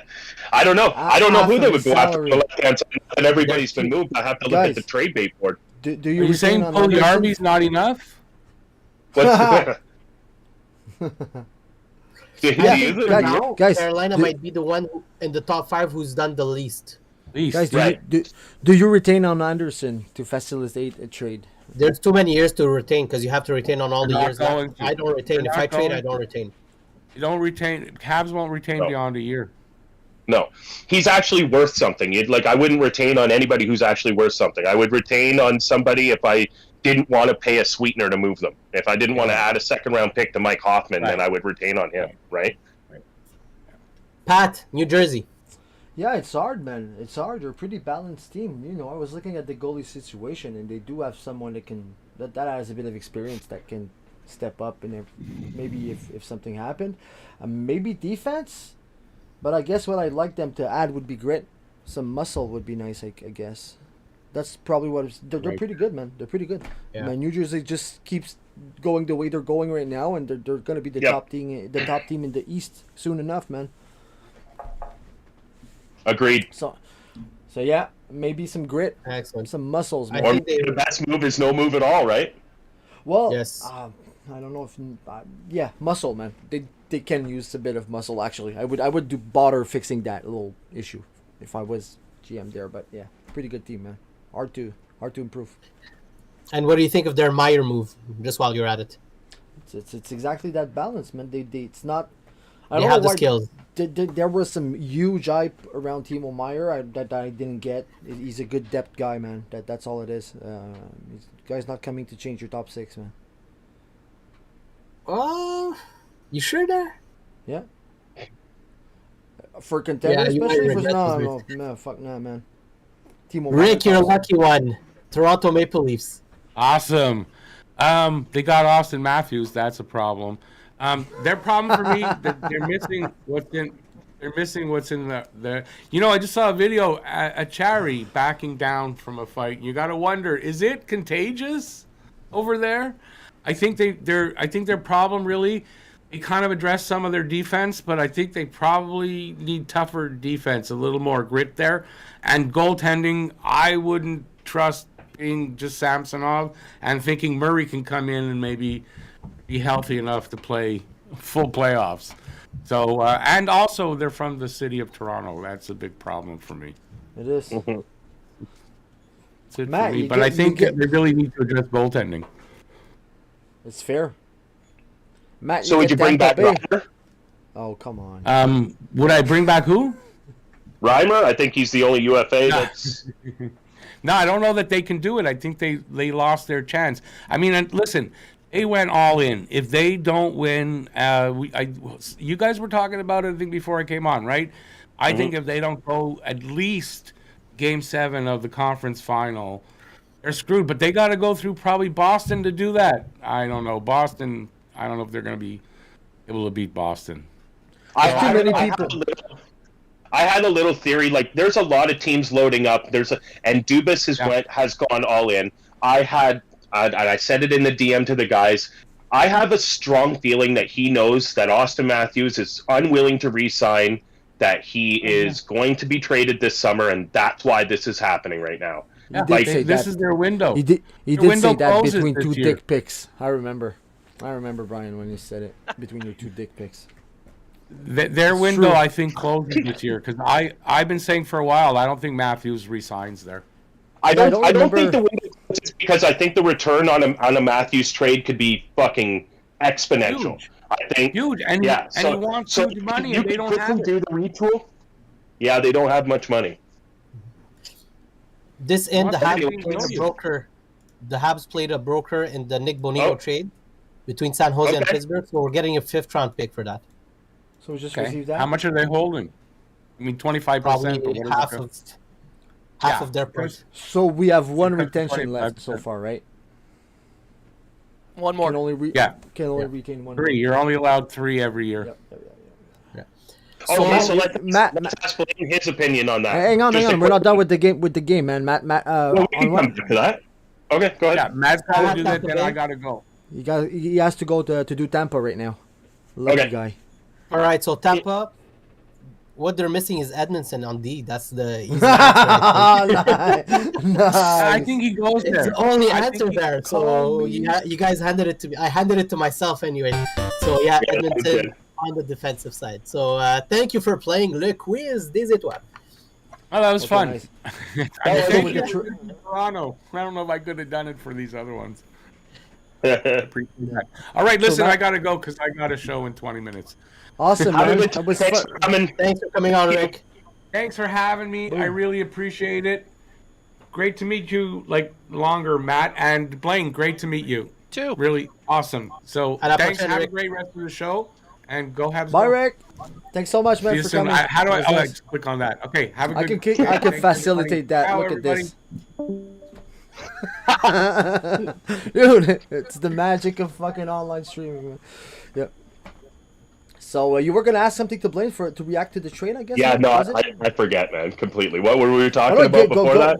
Go give Rick a follow. He's talking abs, man. He does often covers during the games. During the games, he describes it, takes your question. He's super fun, super chill guy to watch, man. And he does live during games, which are also very, very fun. Yeah. Oh no, Blaine, I completely forget what I was gonna ask. The drugs. Yeah, 100%. That's true. Speaking of which, I'll ask another one. No, it was fuck. What were you talking about? the trade Montreal just took part in, man. That was the subject, I believe.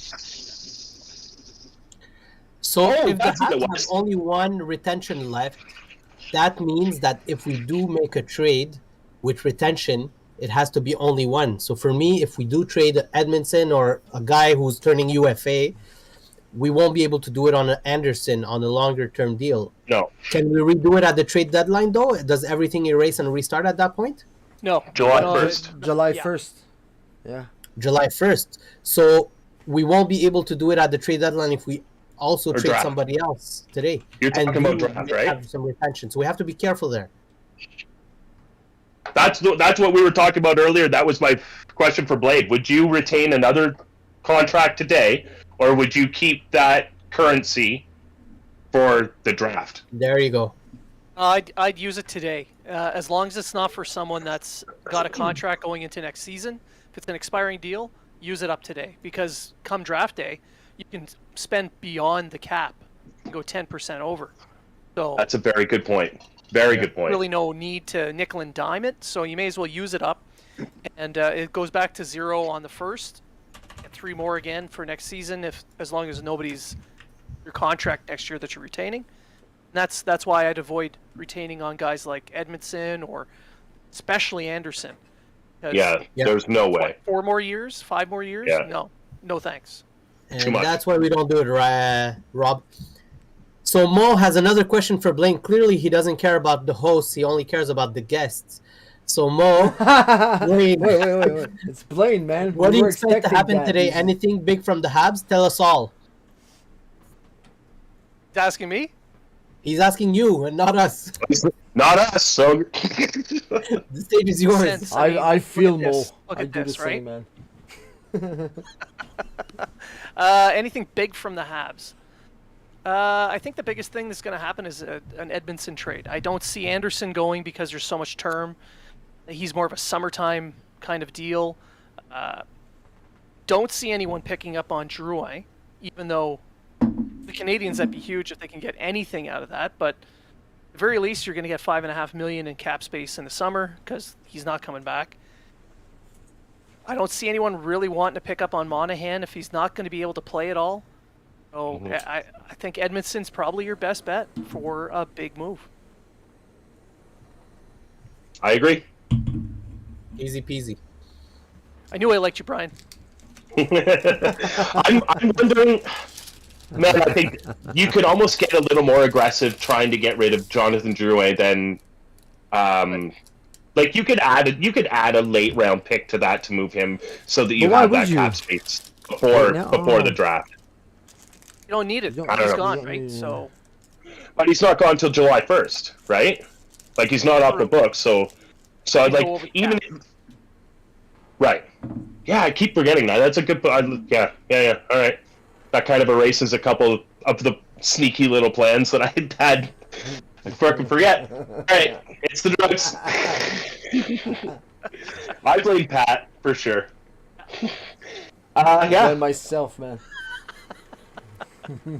Okay, let's delve into some other stuff that we've been talking about. How about Pierre-Luc Dubois? What would you I do? love that one. I fucking trade for him. I don't wait for I the do too. agency. It never works. It I've worked had this- once. Yeah. It worked once. It was Thomas Vanek. Everybody knew you were losing it July 1st. Yeah, man. Don't do it.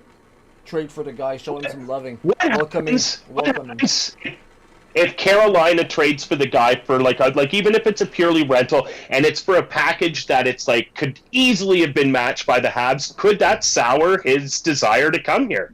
I mean, it could, right? If Winnipeg has to trade him this summer, if he won't sign anything longer than a qualifying offer, I don't know. I've seen more RFAs extended where they're traded to than people get qualifying offers and wait. Huberdeau But just if last he's- summer did it, man. He said several times on camera, I'd like to play in Montreal. Then Calgary gave a bit of assets for him, and then all of a sudden he feels love, he feels appreciated, and he wants to sign there, man. It happens all the time. Nah, don't fucking wait. There's no way that Montreal is the only place Pierre-Luc Dubois would play. It's impossible. If we didn't have the cap, if he wasn't in our plans, then he wouldn't have anywhere to play. So he's got to May have not- at least. Yeah, dude. He may not Right. even know it yet. But that cup run he's Yeah. gonna go on with the Yeah. contender he's gonna get traded at, Dude. that might change his fucking mind, man. That may change his fucking mind. Carolina barbecue. Nice. Sold. Yeah, you're welcome. Shit. Yeah, What I do don't you know. guys What think, do Blaine? you do, Blaine? Do you roll the dice? Do you? You can't pull your D down. I got permanence. Lucky bastard. Paid with our Tell me- taxes. No, I'm tell kidding. me Man. you're rich.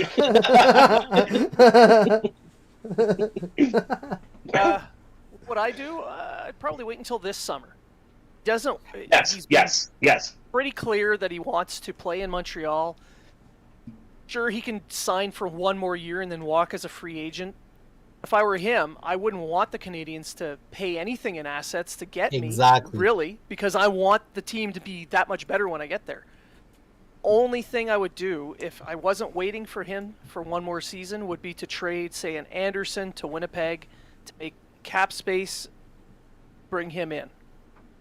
Clearly, something else would have to go with Anderson, but But it makes sense. the roster, Anderson does bring about that it. kind of that type of play that Dubois kind of has a bit, the physical big guy play, right? So it does make sense to send Anderson the other way, at least compensate for some of the present. And Anderson on would the fit end. perfectly in the Winnipeg mentality and type of team they are. especially You with his talked about cap hit, and he's under contract for a few more years. Shovel Yeah, Dayoff makes loves sense. that. And they are We talked losing about this- Shifley and Pierre-Luc Dubois eventually. Like Shifley is also in Yeah. there. Like they're using big pieces. And we talked about this earlier. Where is Winnipeg? Where are they? Are they knocking on the door to a rebuild, or are they trying to extend a cap window or a cup window? So, I mean, like, could we tailor an offer to them that could pry Pierre-Luc Dubois out? I don't know. And just because you guys weren't there, what we said earlier, well, what I said, I don't know if you agree, Brian, but Winnipeg has all the fucking tools to make a quick rebuild, like on the spot. Bam, traded a few big names, and you're right back at it. Windows opening Yep. as quickly as it closed, man. So You've I got don't know, man. next-level defenseman back there in Morrissey that's just coming into his own. There's a lot to be happy about in Winnipeg. And sometimes, like, look at Colorado, for example. Sometimes you just have to do that little tweak, and then it puts you over the level to the top. Winnipeg is that still player there, I that think. got traded or will get traded that does get the team over that hump. Pierre-Luc Dubois. Any leg that is not going in the same direction is a leg dragging you back, right? So if he's the one in the room that is saying, I'm waiting for UFA to go back to my home team, get him out of there now. Pull in what you can for him. Get a haul because he's still RFA, right? Find out the teams that he is willing to sign with, and if it's Montreal, then fucking hold Montreal over a barrel, right? And Montreal do the same thing to you. There's a deal there. I'm telling you. All right. So we've done another AHL trade. So we'll ask you to comment, Blaine. Okay. The Canadians have acquired a 2024 fifth-round pick and defenseman Tony Sund from the San Jose Sharks as part of a three-team trade. We absorbing cap space again? What's up? Do you know who Tony Sund is? Tony Sund. Well, is there cap space involved with that? Is that? I One think of it's those all in the Canadian Nick Bonino trade. We Oh. knew that there was a fifth-round pick, and Tony Sund is another defenseman we're picking up. Okay. Don't know a ton about him because he's playing in Europe right now. Okay. All I know is he's older. He's got a bigger. I think he's like 25, 26, maybe a little older. He's a defenseman. He's 6'2" ish. Mobile. 6 feet. Mobile. Got a good shot.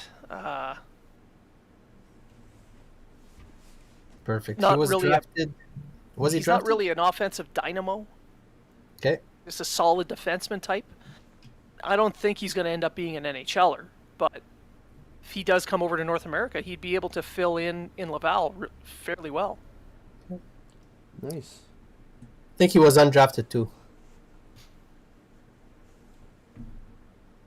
So they're stacking up in Laval so that we don't have to send anybody back there. Like it's pretty clear. Clearly the move. Yeah, clearly the move. Yeah. If they learn they need a roster of 50 now. yeah, right. And in the trade, he was injured, and he will be out for the next 3 months. That's another reason why Dubois is probably going to be a Hab, because he's hurt right now. There's nothing more Montreal Canadian than that.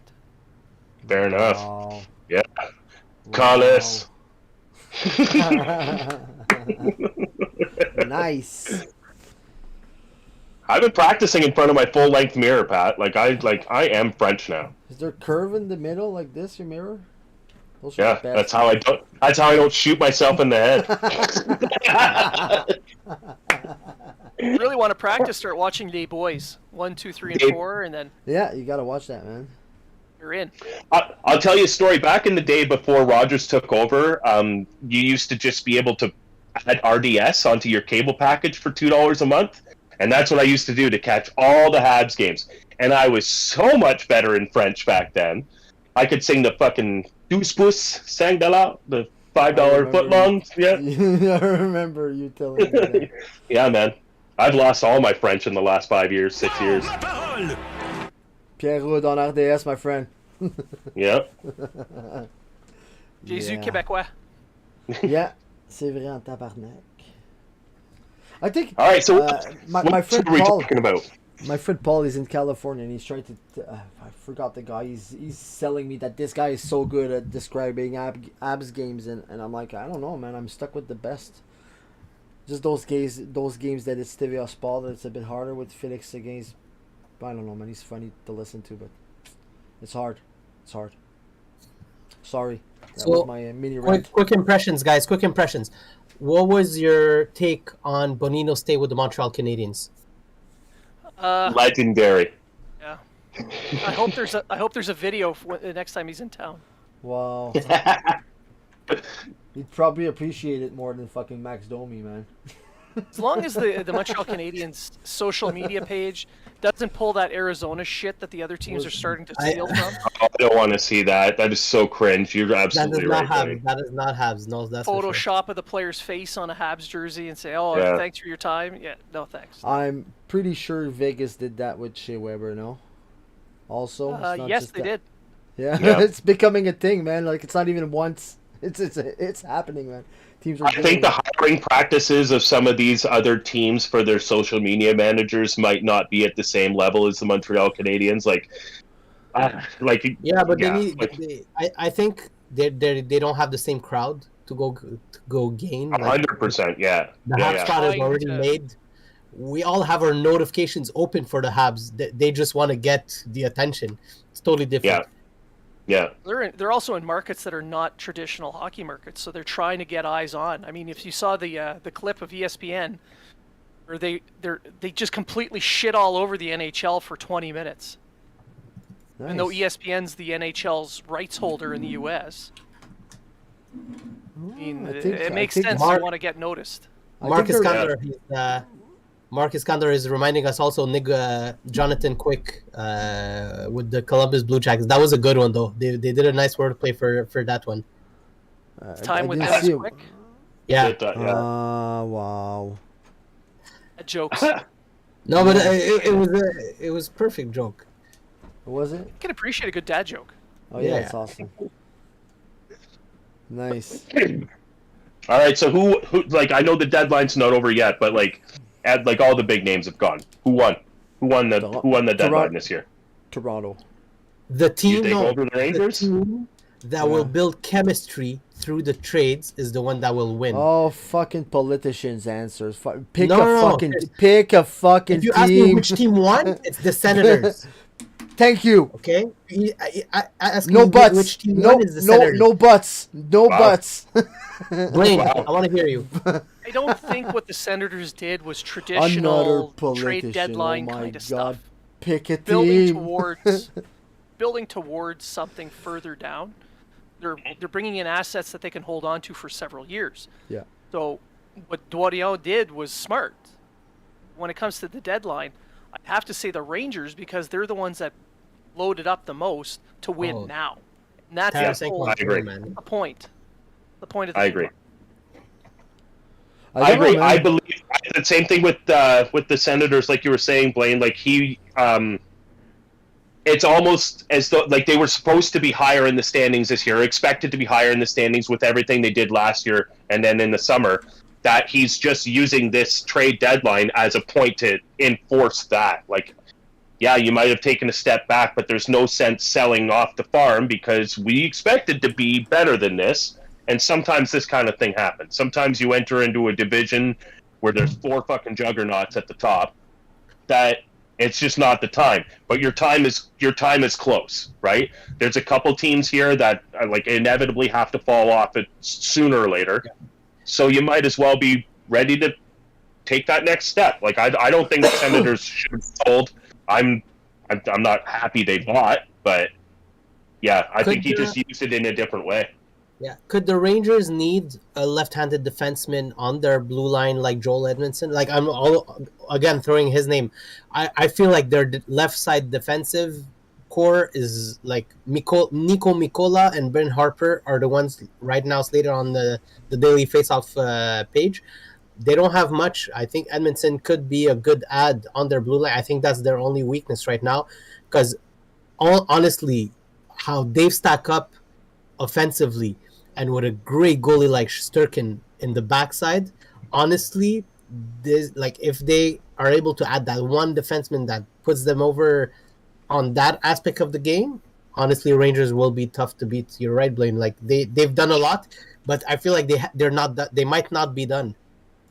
Well, with the Rangers, if they right now they have Ben Harper as their left side. That Edmondson is clearly better than Ben Harper. 100%. Clearly. Hell, you could pick any left-hand defenseman in Montreal. They'd be better than Ben Harper. So, would not be surprised if they go if they have another left D-man in New York by the end of today. If they don't think it's going to hurt them that much. And I still think that this is a team that could make that conference final, but the final, it depends on how healthy the Lightning or the Bruins are when they come out of the Atlantic. It's going to be one of those two. Fair. I think another thing is who's going to get streaky, right? Like, we often neglect that, and it happens every fucking year that someone just gets fucking hot, man. And then, it's hard to pick a team right now. For Rangers could be that. They were that, right?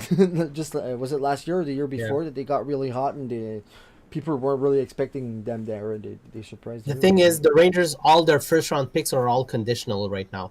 Like they don't, like they're all depending of other trades. So it's tough to know what they would really be able to like trade right away, because their first round pick is depending on this year and the next 2 years. It's the same first round draft pick in the deal. So it's tough to know what's going to happen with them because of that.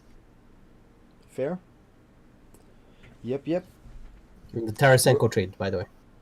Fair. Well, right. Yeah, right. Makes sense. It's the Ranger. If the Canadians are looking to make a deal with the Rangers, I'd be looking more at their prospects than their picks. Me too. The Canadians have a ton of picks, but they need some prospects that are a little bit older. I agree 100%. And who would you have an eye on? Adam Sikora would be an excellent name. I'd be all over that one. If they offered him up, I'd jump on that. Do you feel like a guy like Lafrenière could be in this type of deal? Who are you going to give? No, you can't afford him right now. Going to give your beloved Kirby Dawkins some bonus and some gravy for that? For Lafrenière? Yeah, and some gravy. Overpaying at that point. Would you give an Owen Beck for Lafrenière? No. But I mean, no. And I'm just asking questions here. You know? I don't want him back right now. No, I don't want to take anybody. I don't want to lose anyone off the roster. Exactly. If you're going to do they would have to do a linear trade, at least. Because I think they have all the assets in terms of their offensive team, but to compete with what's happening in the East right now, they'll have to do more. Like their defensive core really needs some help. We have at least one big name coming up this summer. Yeah, Adam Fox, but can he carry the whole team? Well, I don't know. Maybe, man. Teams get hot. But they do. they and sometimes whenever you've got a top 9 like that, it doesn't fucking matter how many goals. Like you've got an all-star goalie, and you got, you know what I mean? They've got the middle loaded up. They fuck, man. Sometimes you put up 7 goals. You know, Shesterkin's not going to let that many in. I don't know. I don't think it's going to hurt them if they don't add to that left side, but it certainly would help. But I don't know if they need that help at this point. Like with how loaded that top 9 is right now, it's bananas. You don't want to touch that at all. especially that No. third line with Naftanya. That line, Yeah. the kid line, Oh, is it's just incredible. killing it right now. Yeah. Yeah. Wichita and So when you- Kako. So what? Kako, yeah, all over that. Well, what's Beautiful, the price beautiful. for Kako, dude? Shit. But again, I don't think they'd move him unless everything, like you, they want the chips to fall where they may this year before they move anybody. Like if they're going to add something, they would add like a prospect that isn't breaking like a roster player. They might add a pick to sweeten it, but they're not going to move anybody off of the active roster after loading up this much just to address the left side D. I don't see it happening. And if I'm Hughes making another deal and it's a significant one, unless it's a 2023 first round pick, to be asking for a prospect. 100%. No, I agree. Yep. We're loaded. Even prospects at this point. You might as well get a guy that's 22, 23 that you know a trend of, that you can see that because fuck, we're so loaded. We're loaded in prospects and picks, so it's just throwing more stuff at so early in the pipeline for me. Like we're there. It's okay. We have another big draft this year, but then we can fucking relax on drafting for a year or two, right? Like let these guys come up. Let these guys push. We can only have so many contracts. We're gonna have to. There's the bottom part of the league that are going to draft high, and there's a middle part of the league that have to make moves to make things work. Like, you don't draft high until you win. Otherwise, it would be contenders and tankers. That's all it would be. Like, there's teams that go up on a decline. There's teams that come down. We're starting to climb up. We're not going to pick high every year now. Like, you got to make trades. You got to move out salary that you've handcuffed yourself with previously. Like, yeah, there's like it's a chess game. It's not a checkers game, right? Right, and it's a marathon. It's not a sprint. That's it. We're talking about a And marathon. I think Here's a team that I'll talk about, the Panthers. Why am I talking about it? Because of the draft pick that's involved. Oh yeah. They've been in a marathon for long. They've traded a big name in Huberdeau, who is so happy down there in Florida, for Matthew Tkachuk. I think they've added some nice pieces with Bennett. Barkov, for me, is a stud. But right now, they're dealing with injuries. They're having a hard time just making the playoffs. Blaine, where do you see this team, and what do you find they've been aggressive enough or not enough in that trade deadline? Well, what does Florida have to offer for anything significant? Much. That's what they need. They need something significant to up their game on the blue line, at the very least. That defensive core outside of Blad, not that impressive, really. Without Uyghur, Kenzie, when he was there, he was really the anchor to the whole group. He was underappreciated for what he brought to that team. Now that he's gone, they're noticing, and unless they're willing to move someone like a Sam Bennett or a Sam Reinhart, they're not going to get anything significant in return. Fair. So I hope they don't make any moves and they crater and Canadians end up with 2 top 10 picks. Yeah, I'm happy the Ottawa Senators are the one that made a move. They're also fighting for that spot. The Penguins just added Nick Bonino. They're fighting for that spot. I want to see what the Islanders are going to do from here on. But I think they went to go. They got Bo Horvat. They've made a move that's significant. I think it's interesting to see where these teams are going. But the wildcard teams, other than the Panthers, they've all made moves right now. Florida actually subtracted 2 because Spencer Knight has gone into the players' assistance program as well. Yep. It might just be good for the Florida Panthers to just stay pat, lick their wounds from this year, and then come back to the table next year. We'll lick the wounds for them when we get their first round draft pick. That's gonna be a big win to overcome if that lottery pick is ours. In the long term, what a bad trade that turned out to be. And I was just about bringing that up. That's the other side of the coin for these deadline deals. Going all in, well, sometimes you miss. When you do, you miss big. Sorry, guys. Right now, it looks like that's the one That's the biggest miss from the last couple of years. Yeah. So Hughes is coming out looking like a fucking genius at this point. Even if it was a Yeah. 20 to 25 pick, that would have been an amazing move. But now it looks, franchise altering, because that's a piece. If he picks at around 10 to 15, there's some really good players in that window that could really, really, really help the Canadians become a much more effective team in the long run. And his foresight might have been bang on for next year too, with Calgary's pick. Like, Calgary's in the same spot; they could flounder at any point. That's true. Yep. Love it. Love like it. the Panthers pick because, yeah, man, we may even drop below like 15 at this point. They could crash, man. Yeah, they absolutely could. It's not too late. They could crash, literally crash. Well, like Blaine was saying, they didn't add anything today, and their counterparts that they're competing with absolutely did. So they took a step back, basically. Yeah, the writing's on the wall to me. Yep, love it. Looking forward to that. Sim lottery. I haven't once yet. Did you? Oh, it's so much fun. I never did. I think way too many people on my timeline are doing it for me.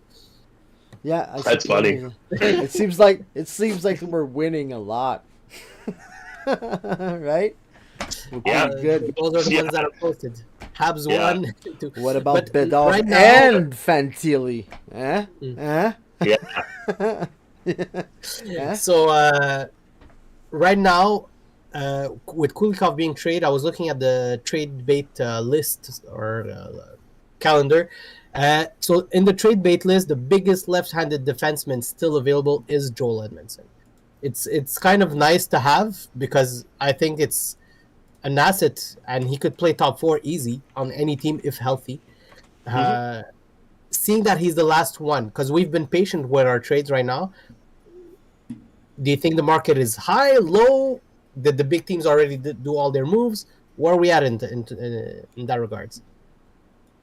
I think if he waited for anything, he's waiting for an overpay. Personally, I think he could have. I guess he was injured up until yesterday. Yeah, I don't know. I think he's waiting for an overpay. If he moves, I think it's going to be for a return that we're actually kind of impressed with.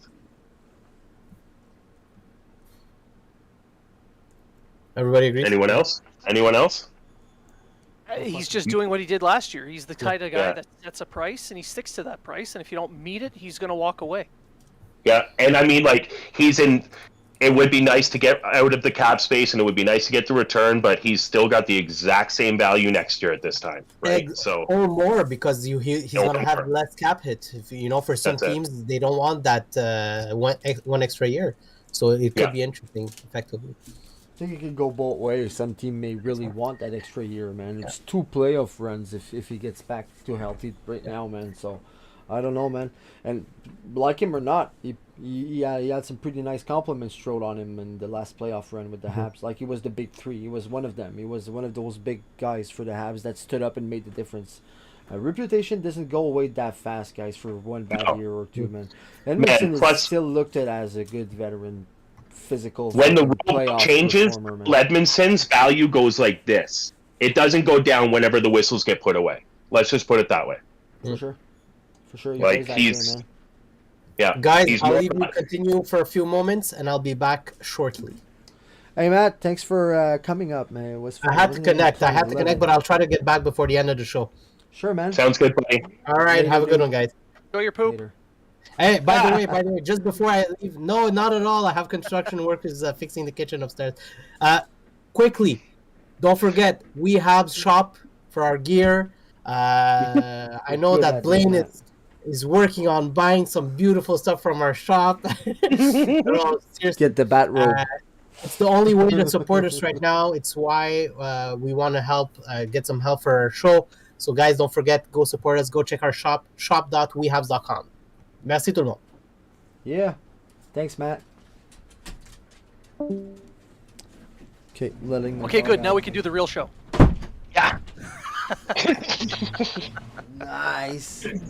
Fucking games. How do you think they actually did build the pyramids? Like, what was the method behind that, would you say?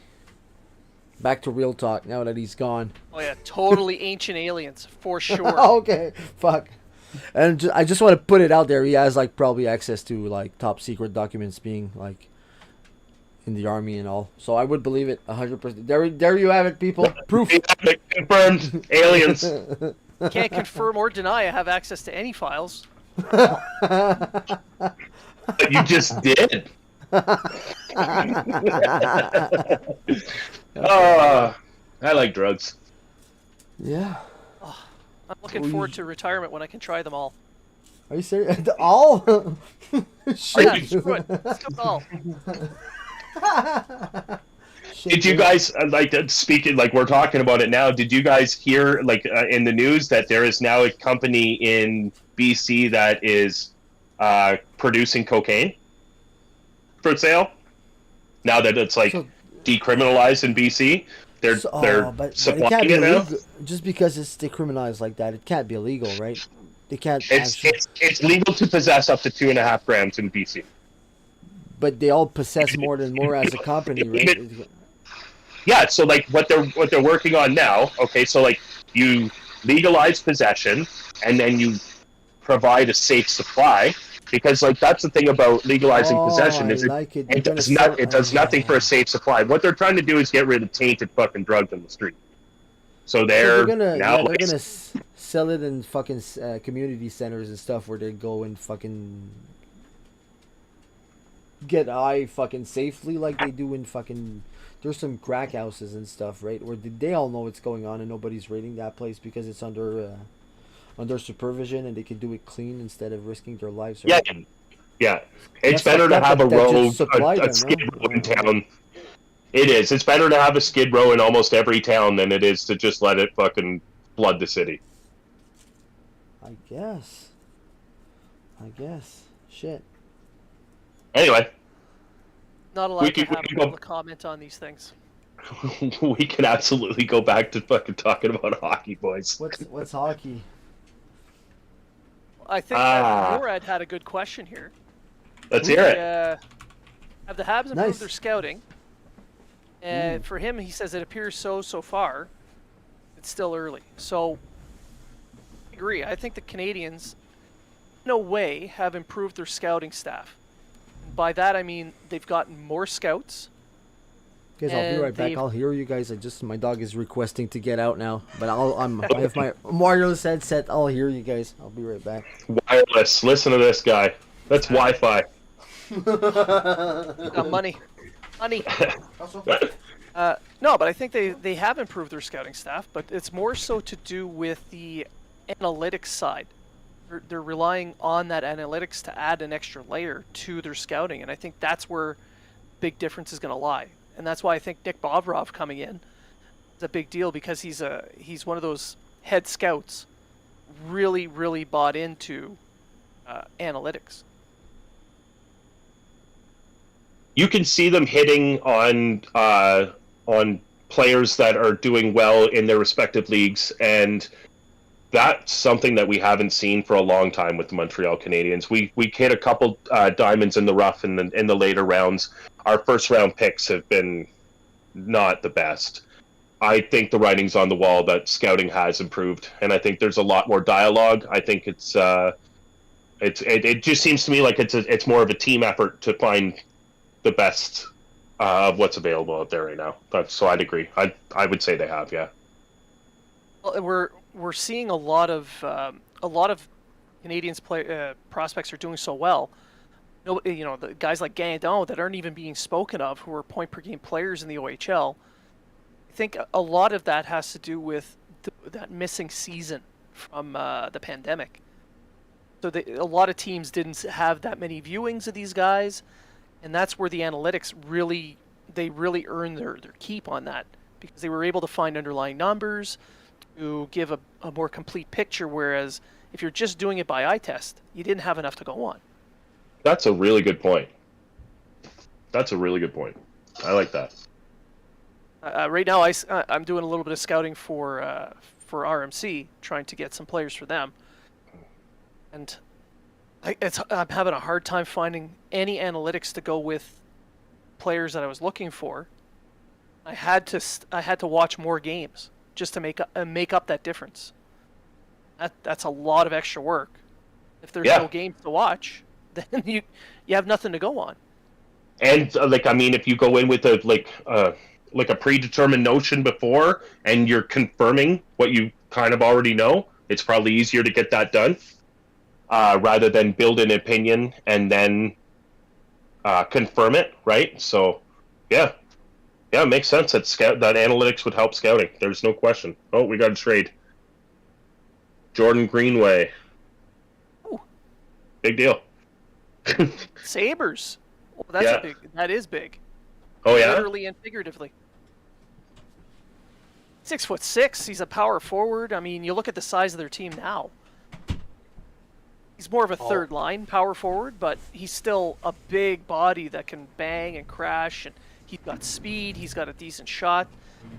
Put him on a line with Thompson, even though he's not a major scoring threat.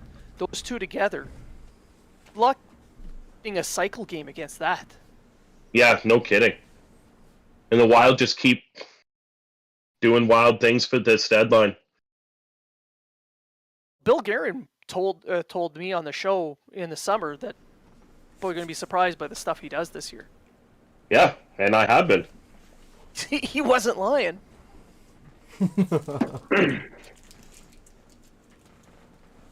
Well, that's something.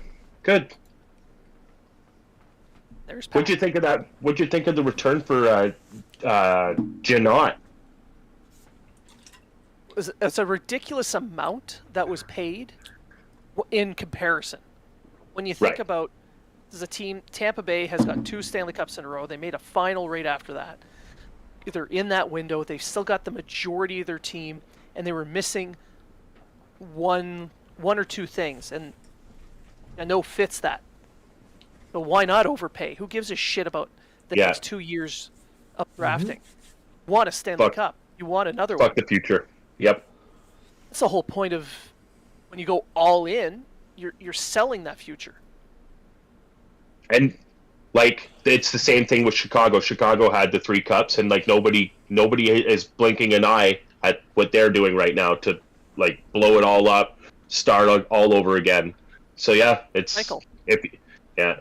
Yeah, I feel you should buy the cycle more as a GM, whereas you hold on to your players way too long. They have top value after those 2 or 3 championships in 5 years, right? Like when you manage to do that, you should probably sell high. I know it's hard, but imagine the value you get for guys like Kane and Taze at the right moment. It's crazy, man. It's crazy. I'm sure in the future teams lean more on selling faster than later on these guys, especially the way contracts are always becoming more and more crazy, man. So I don't know. Feels like, I don't know. You should sell faster than you do right now. We hold on to players, and I get it. We did it too. We do it all the time. I think Blaine is right though. The fact that he's got 2 cups in a final in the last 3 years gives you all the leeway to be shit for as long as you want or need. I don't know. Windows what? 2-3 more years? Yeah. I understood it with Colorado. You know what I mean? You didn't win anything, so you make a couple moves, and then it puts you over the top, and now you're championship material. I understand selling off then, but I mean, if you've already got a couple wins and your window's still wide open, fucking go all in. Why not? Pittsburgh is that example that I'm looking at now, where window is technically open, but is it really? That's a team that I would have probably blown up last year. I agree, but then again, Sidney Crosby could fucking change that by himself if he really steps into that. It's incredible. Fucking, dude, really he still is. He still is. Had he said, "Yeah, I'm okay with a trade," they probably would have blown up the team. But Crosby wants to finish his career a Penguin. But they won't. They can't keep all of them. It's not gonna work. You can't keep fucking you'll have to. I mean, at the end of the day, he's on such a team-friendly contract. I think you can.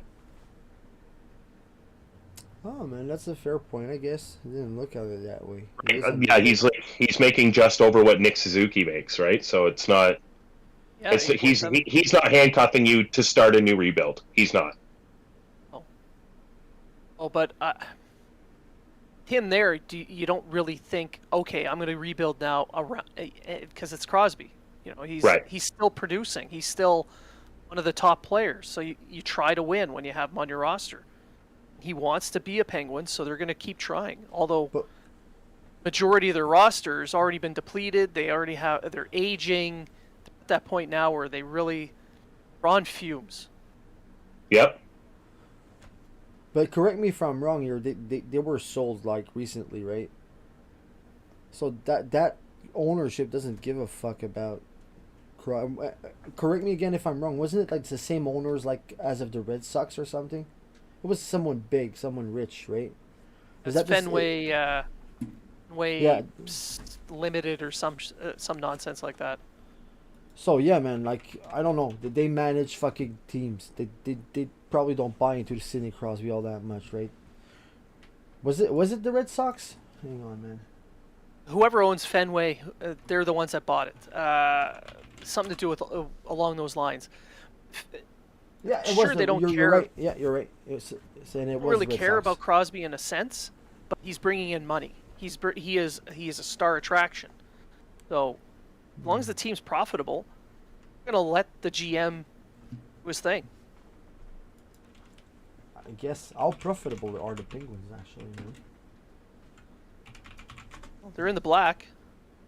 Far in the black, I'm not too sure, but just wonder definitely no Arizona. Yeah. No, for sure. Yeah, I just wonder, like top 5, top 10. I'd see them in the top 10. I think. Or nor lower than the middle of the pack at the very least. Yeah. And I mean, it's been sustained for a long time that they've been a competitive team. They have to be in the top tier. Assume.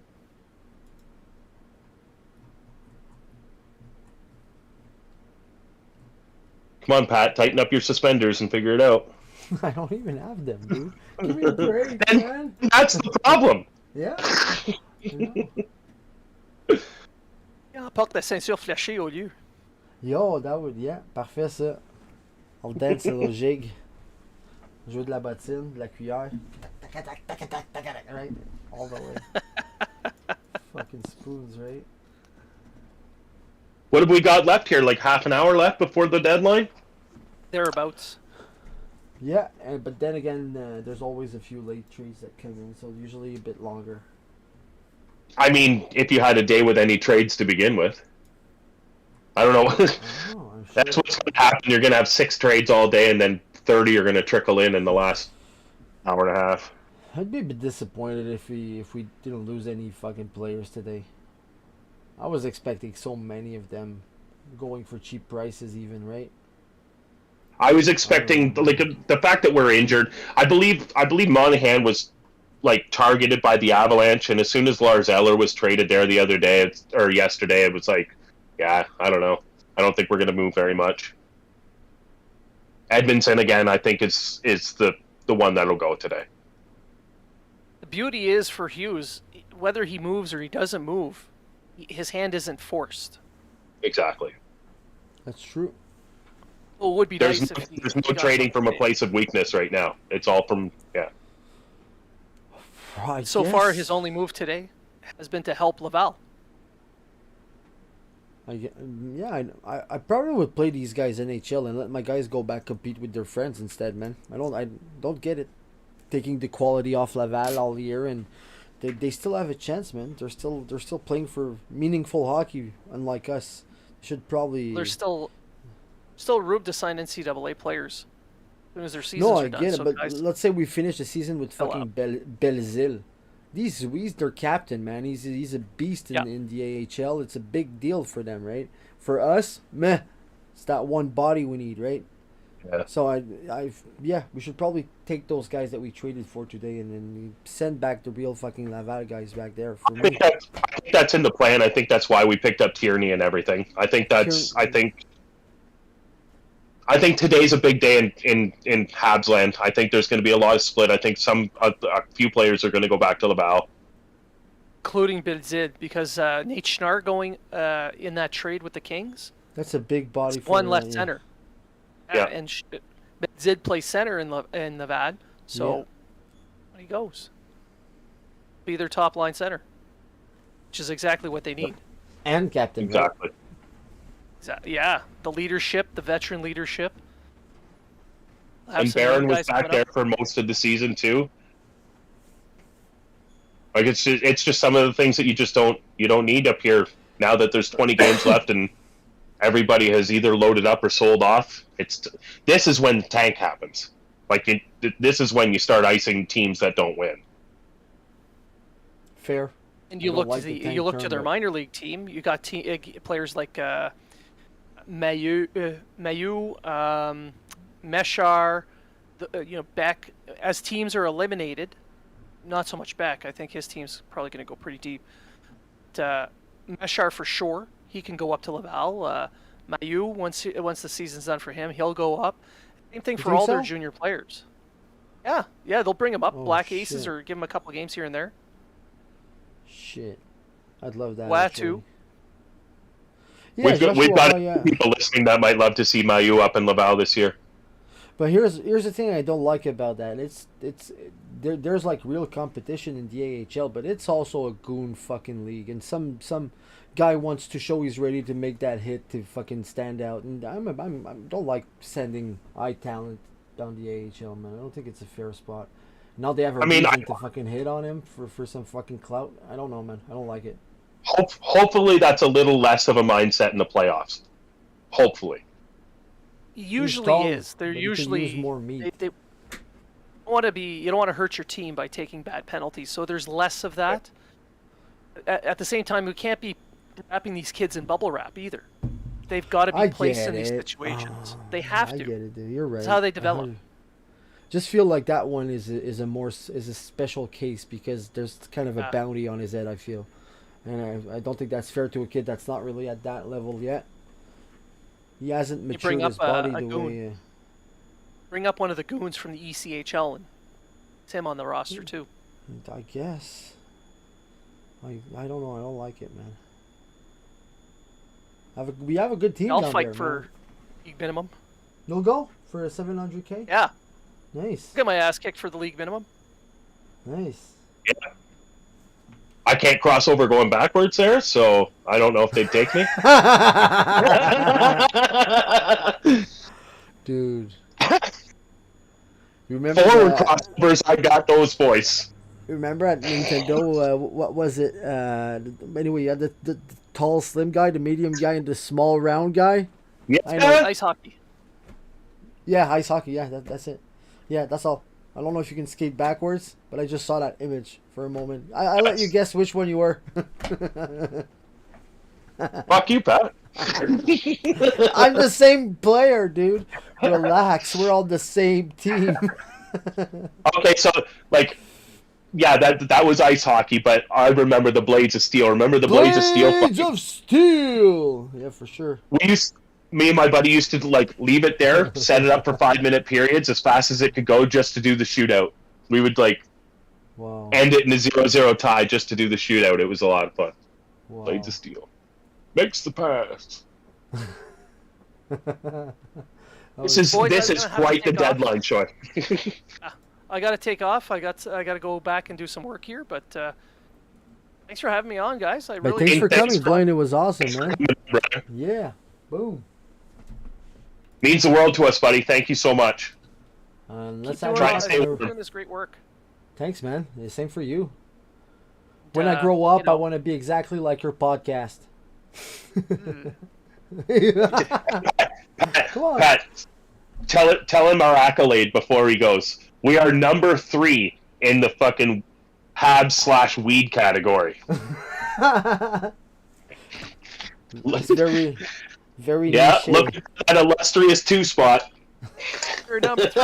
We're number 3. Should be a t-shirt. Buddy.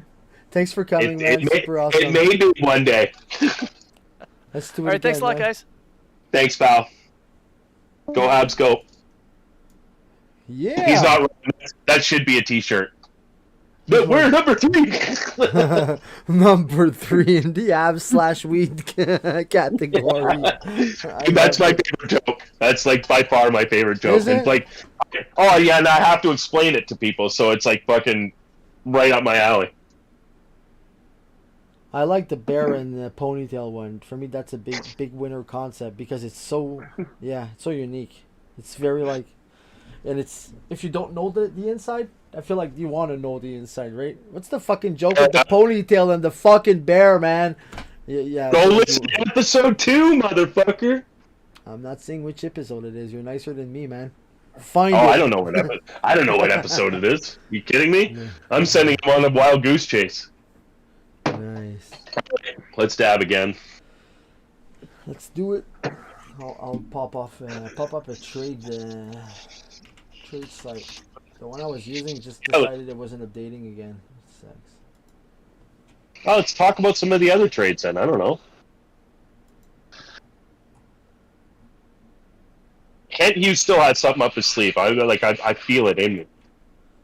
I feel it every year. I feel it every draft, dude. I feel it every fucking chance I get to fucking feel it. I can't be relied upon to, right? Dude, add it. When you fucking say something in a rant like that, you need to add a Ric Flair woo. Woo! I feel it every day. I feel it every draft. I feel it every trade deadline. Woo! That's awesome, man. But yeah, we're the fucking less reliable fans as far as predicting what happens, man. Like, we're always easily fucking too enthusiastic or too fucking pessimistic. Yeah, man. We overvalue everybody. We undervalue everybody. It's just fucking Dude, bananas. That's why I remember, man. Fucking Andrew Ghetto, De La Rose, Martin Reway. We were going for the cup in 3 years, man. Remember when it was like fucking? We had Greg Pattern, and we're all set for defense for the next 20 years. Yeah.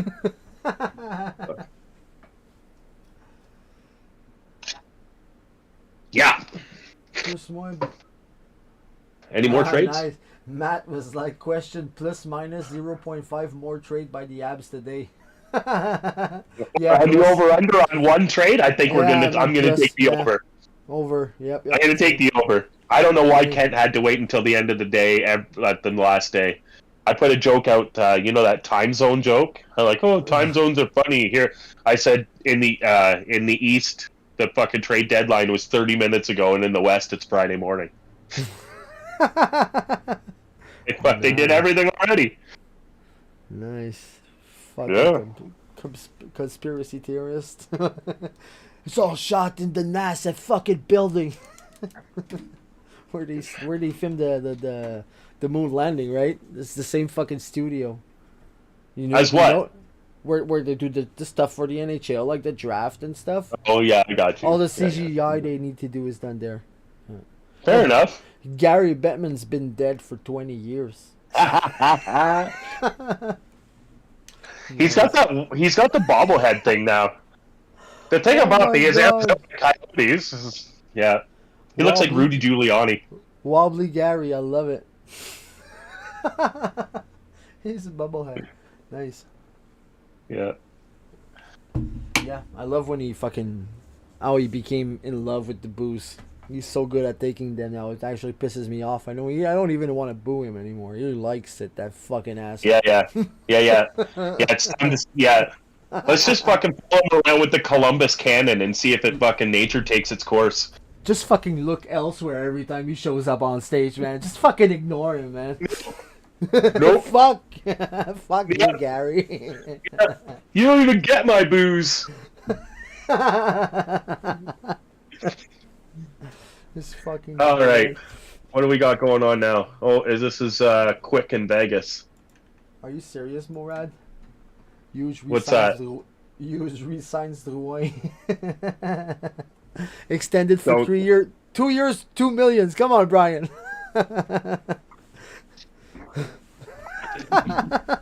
Man, like I'm not even gonna say anything unless it's in case it's true. one year, 1 million. No. Oh, Fuck. Oscar Inside move. Sundqvist from the Red Wings to the Wild. So the Wild is what a weird fucking thing they're doing. They're selling and taking on contracts, and now they're buying. I don't even know, man. What kind of club is the Wild, man? They're always fucking rich. Oh, this- I don't know. And they also, like, here's the thing with the Wild. They had all this dead cap from the Parisi and Suter thing that was going on. So that, like, yeah, okay, I could see them taking a step back and selling off assets and taking on contracts. Even if you got to do cap floor nods. Oh, this is the Nick Bonino trade. I don't even, like, how much money did we have to retain on Bonino? Do you know? Nope. I'll look it up. Fif- Try to look it up. We're the only team that retained? Pittsburgh didn't retain anything? What a weird thing.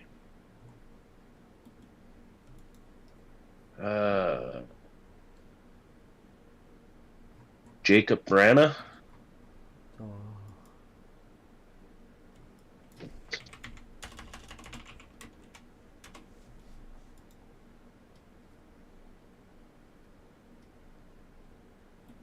Thank you, Blaine, for reminding us that we can go over 10% on the draft draft day, because I completely forgot about that, and I was shaping a couple opinions about that, or like about what I would do on the fact that you had to be unders or compliant at least. So, thank you for that, Blaine.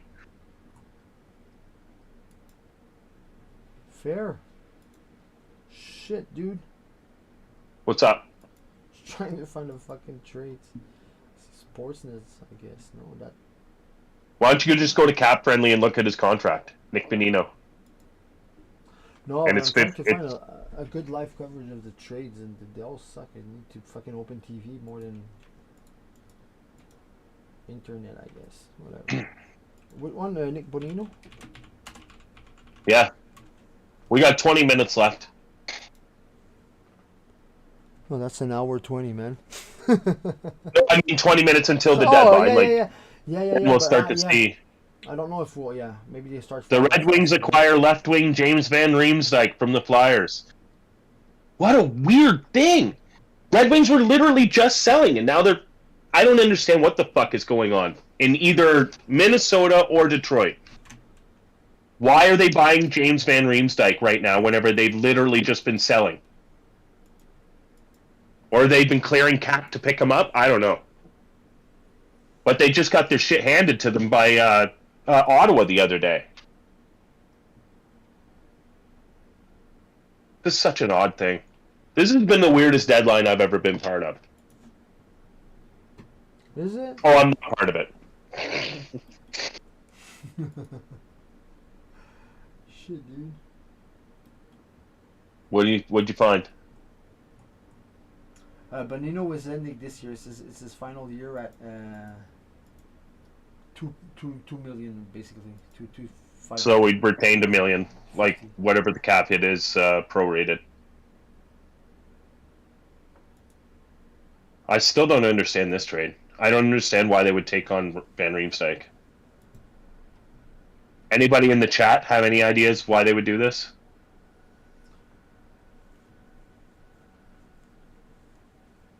JVR to Detroit, Elliot Friedman, Mo says. What's that? Mo says the GVR to Detroit trade. Yeah, I don't understand what Detroit's doing here. Also says most trades come in after 3. Yeah, that's why we're going to try to stay until 4 if we can. I got a hard out at 4. My wife has to work 1 hour after that. Cool. Just saying. This, like, I've got this, it's Hockey Central's trade deadline on. Man, do they look bored in this, what they're calling the lounge. Give me 2 seconds, buddy. I'll be right back, okay? Yeah. Of course they're bored, man. They can't smoke on the job. I'll be right back. Yep. Let me refresh this. Try to read some news here.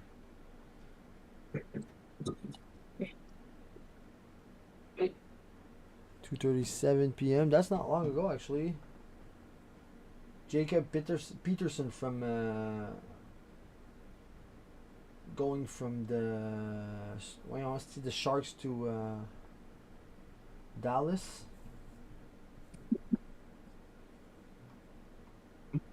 For Scott Reedy. Not a huge. I'm not a big fan of poulet rôti, man. What do you say? Rotisserie chicken, I guess. I don't know, man. Overdosed on it when I was a kid. It was the big thing back in the days. So if I have to pick, I guess. I don't know, man. I really don't. Yeah, not a big fan. I guess say Tsubai. I guess. Culturally. More than. I don't even remember having Swiss chalet since I was like 5, man. Rob saying, I thought Greenway wanted out of Mini or something about getting punished for sleeping in during team meeting. I mean, we don't have any fact checkers, so that's probably something that's legit. I like it, Rob. Anything more specific about it? What was the meeting about? That's a good one. Dryden Hunt to Cal. Yeah, that one's Dryden Hunt to Calgary for Redham Zohorna? I don't know him, man.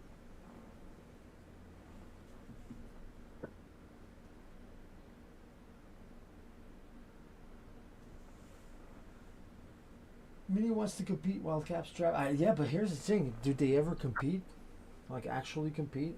They're always that middle of the pack team in my mind, man. Yeah. They got close a couple of years ago. They had a pretty good team. I don't know, man. They need to get hot. Probably need a. I feel like the last time they competed was with Devin Dubnyk, no? How long ago was that?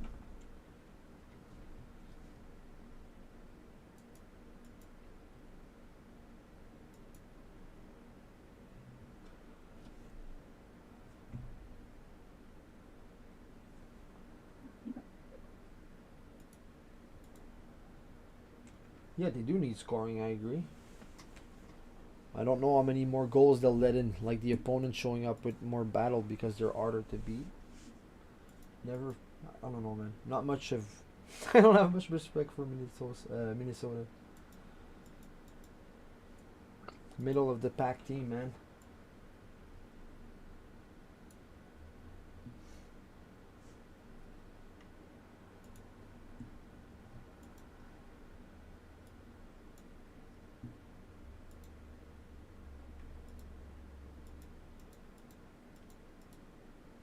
So yeah, Rob, how did you like Toronto this year, man? Well, this deadline. I feel like I like what the Rangers added, but it feels like Toronto added parts they really needed. They didn't just go for extra gravy. They actually tried to improve their flaws, I feel like. Unlike the Rangers, in my mind, that just got extra gravy, which is, it's good. It's good. Don't get me wrong. I love extra gravy.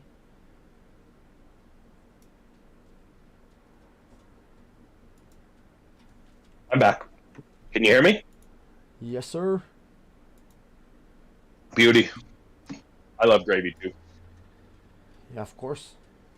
I know that. With fries and cheese curds, right? Don't we all? Yeah, and ketchup, right? No, I said I felt like Toronto assessed their needs more than let's say the Rangers that just added extra gravy with, right? Okay. I really like what Toronto has done so far the past week or so. I can't say enough about Ryan O'Reilly. I can't say enough. I love the guy. And Luke Shen, right? Was it Luke Shen? Fuck, man. Yep. Ryan O'Reilly, like we talked about it last week, and for those who weren't watching last week or whatnot, I found he tackles two problems they had back-to-back years. Superstars didn't show up after Tavares was injured 2 years ago. And then the supporting staff didn't show up whenever the stars showed up last year. Ryan O'Reilly fixes both those potential problems in one trade. You don't lace up your skates beside Ryan O'Reilly, and you don't sit on the bench with Ryan O'Reilly. You don't play on the line with Ryan O'Reilly and not give it all. He'll demand it from you. Even just his presence alone demands it from you. I feel like I'll tell you a story. I met Shea Weber at a pub here in the Soyuz, actually. He was at the Sage pub. He's the same type of person.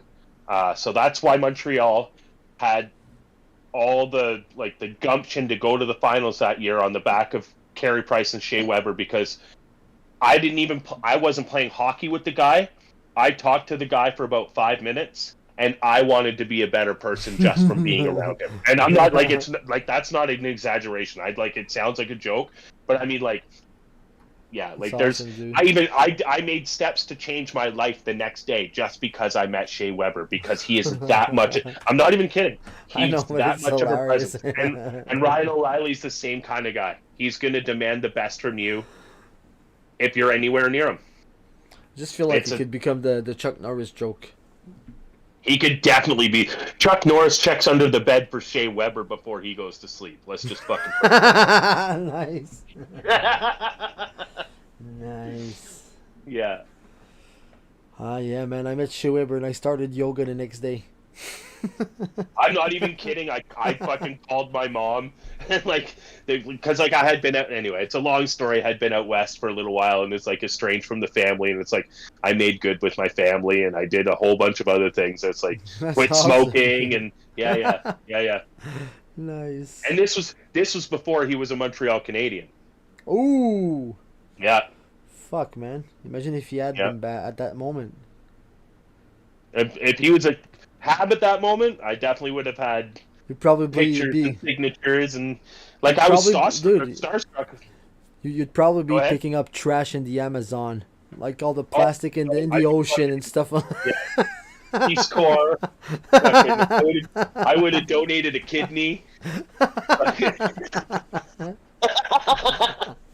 For sure. Nice. Painted the 17th chapel. Again. Come on. Nice. I can't believe I'm going to have to explain a joke here. Dude. I hope they all feel inspired like that from Ryan O'Reilly in Toronto right now, man. Big expectations. Big expectations. Big. I'm telling you, man. Imagine, but honestly, imagine putting that team in front of Shea Weber and Carey Price, man. It's a whole difference maker, man. A whole difference maker. Nobody fucking takes a night off for sure. Nobody. Tony. All right, Mo. Sorry you got to work a bit. Thanks for coming, man. It was awesome. Yeah, thanks, man. I know this is not as exciting as we wanted it to be. Mo says, I keep forgetting I am working. Love you guys, but I gotta go work now. Nice. See you next time, brother. And thank you. We'll set up a time for a show with the four of us. And thanks, Rob, saying the same. Leaving work, I'll be listening, but maybe not commenting. Great job, fellas. You should join the call while you're in the car. That way you can go hands-free. It's much safer. Much safer. Much safer. Mm-hmm. Then again, coming from a guy who risks a brawl with a bear in the woods just to be on the pod, guys is not afraid of nothing. And that's without a ponytail. Yeah. I mean, I think you should have one, and I'll be honest. That trucker hat, a ponytail, and a big beard, man. Like that. Pat King, I mean. When somebody said that, I couldn't unsee it. So we're starting this fucking nerd Dungeon and Dragon group with Rob, and it'll be super fun. And I have a guy at work that he's a fucking nerd of that. He's the real deal. And we keep making fun of this guy because he's basically the psychopath, right? We're all afraid he's gonna murder everyone when we have our backs turned, right? He's a fun guy. Sounds nice. He reminds me of Rob on many aspects. As a matter of fact, it'll be fun to have them both in the same room, trying to defend Trump and probably promote North Korea. What the fuck? I'm kidding, but yeah, like Rob, a guy that likes the hot topics, and taking the not so fucking easy side of it. Love it. Yeah, get Happy along with birthday, these Rob. guys the same. It's his birthday. Rob, is it? Oh shit, dude. You have a happy birthday song? I feel like I should have a happy birthday song. Excuse me, bitch. Fucking. That would be awesome, dude. When you get it, it's gonna be the best. And it like you drop it whenever somebody's like, "Oh, we're talking about Nick Suzuki. Oh, I didn't think you'd take a team friendly contract." Nick, excuse me. Nice. I love it. RTS is putting the defensemen that are the defensemen that are still available, and they put Edmondson in front of Klingberg. That's cute. I'm watching Trade Central or Hockey Central. Jesus Christ. 7 minutes, everybody. Until the trade deadline starts. Jokes aside, hopefully it starts going faster from there, right? Hope so.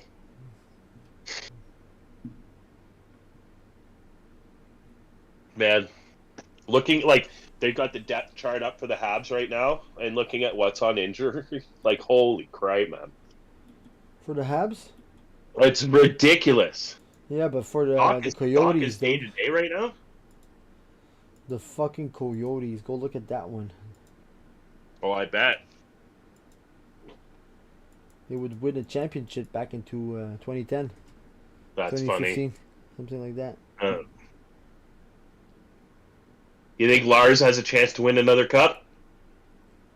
Yeah, Went where to did he the- end it up in, huh? Colorado.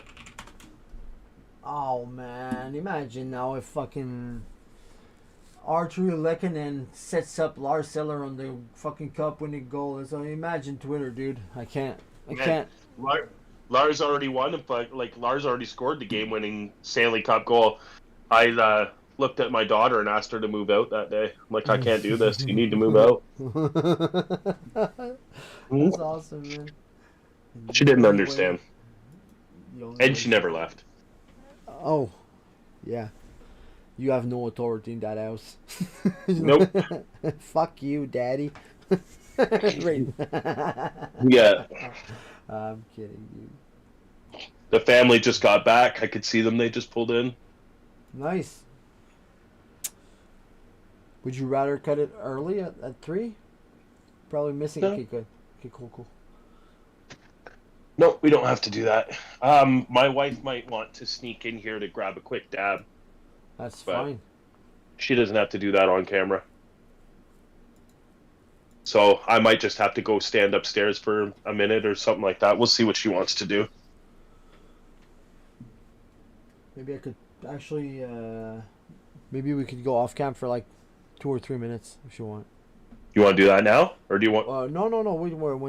When your wife needs to dab, like time Okay. it with it. Let's do Sure. it like that. Sure. Make the best of it. My bladder's gonna Sounds explode. good. No worries.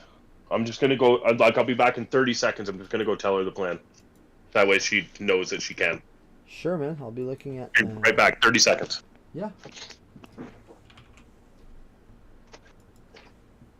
Andrea.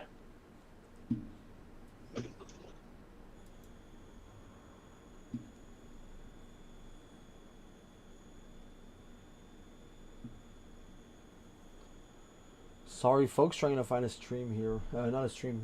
Live update tracker.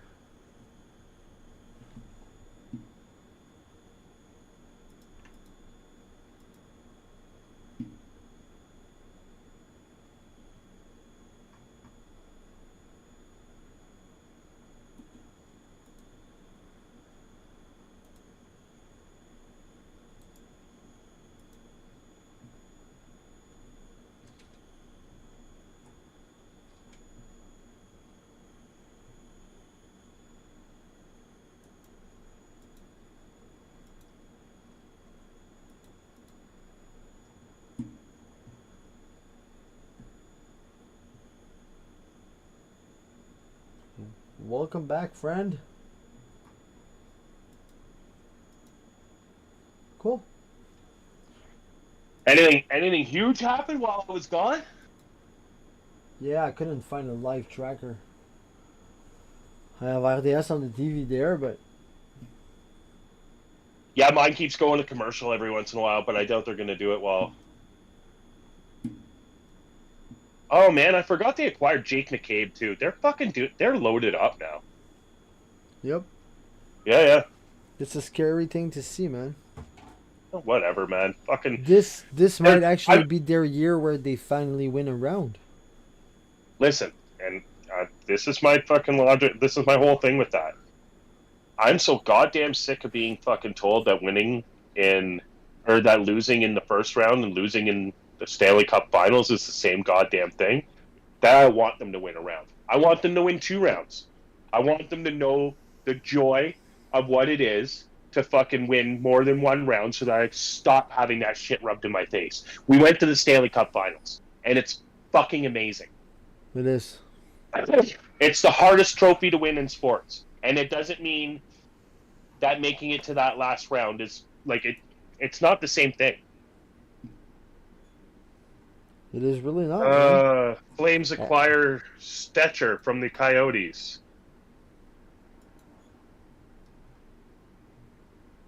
I don't know anything about Troy Stetcher at all. Nothing.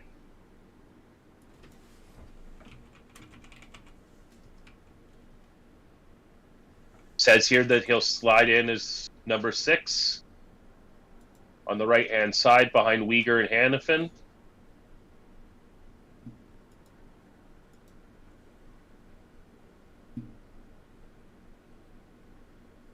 I mean, it's not that's a decent defense depth chart for sure.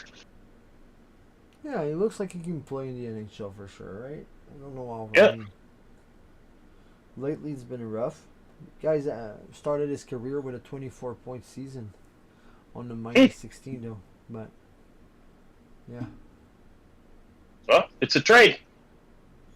Yay!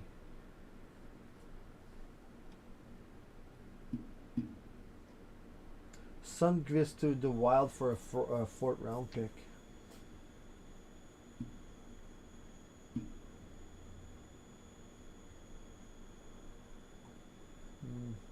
Here we go, 20 seconds, and then we'll have the trade start filtering in, and Hopefully. there'll be tons of shit to talk about, and we'll have to cut her.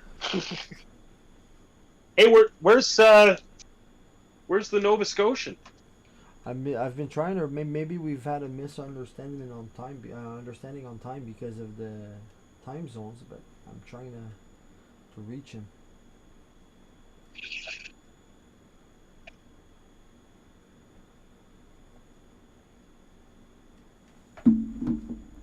Yeah, what are you, Scotian Canadian? You can't. This can't be seen. We're good.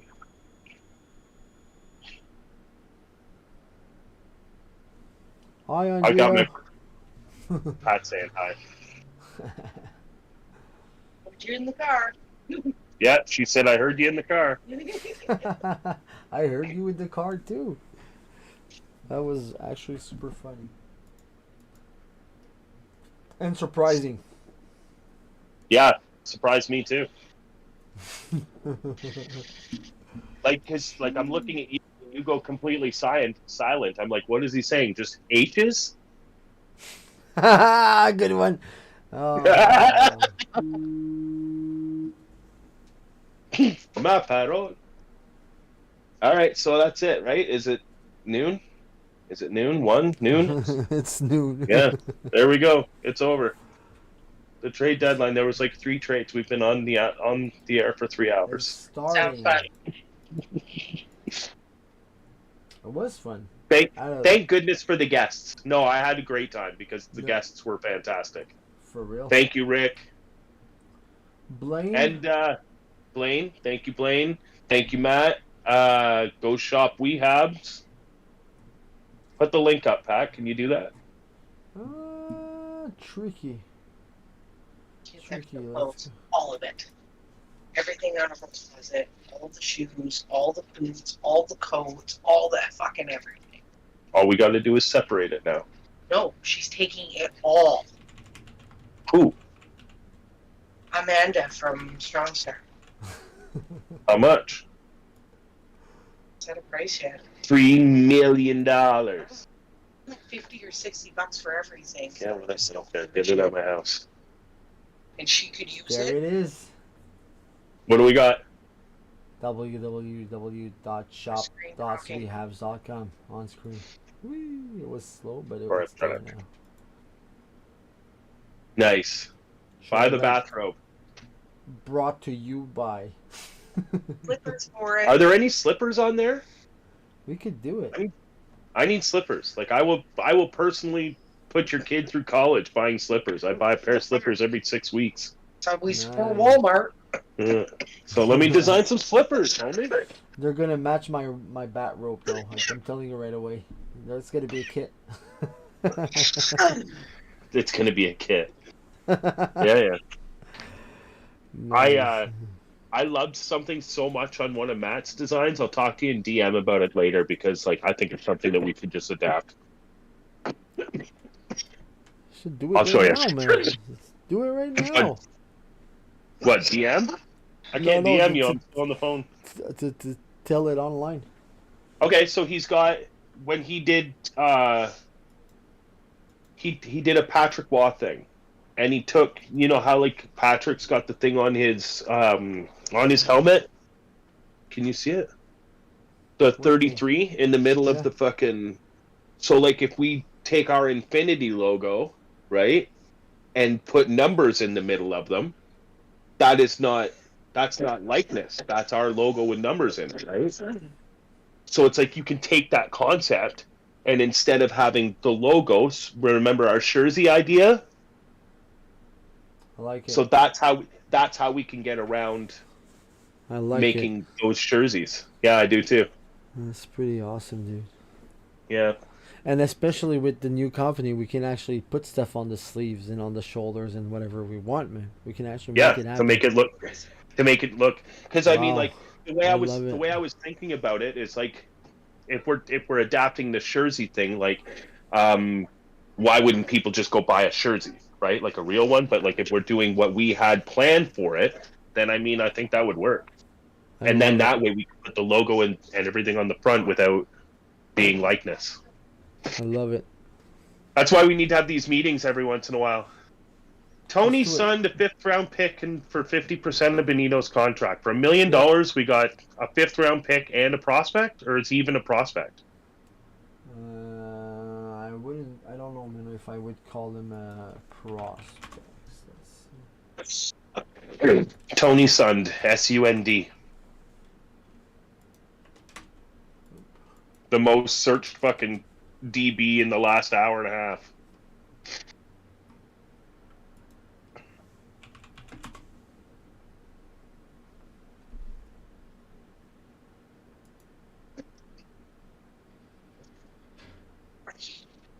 Yeah, I think that's the prospect Blaine was talking about, right? Yeah, the guy playing in Europe, right? Yeah, he hasn't played a single game on this side of the world. He's 27. He's 27? Yeah, I had a Wow. 35 point season in 2018-19 in SM Liga. So is I that wouldn't- somebody just trying to clear a contract, or is I- that an actual somebody that might come over and play anywhere over here? Probably Laval What's he- because I don't know, man. 27-year-old in Laval, he'd be 28. I don't know. Whatever.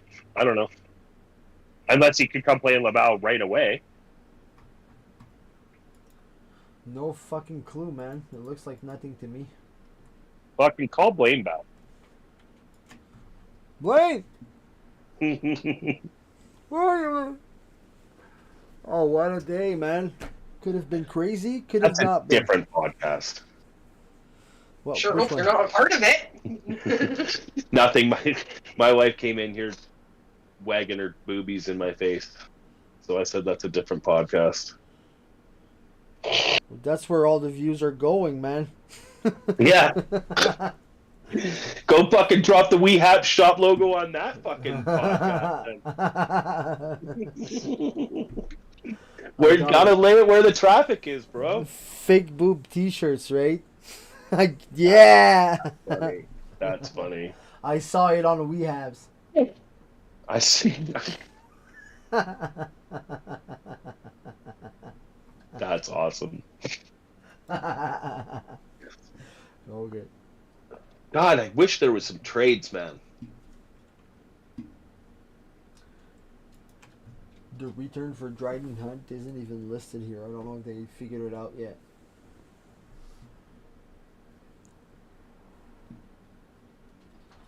I don't even know what they're talking about on the TV right now.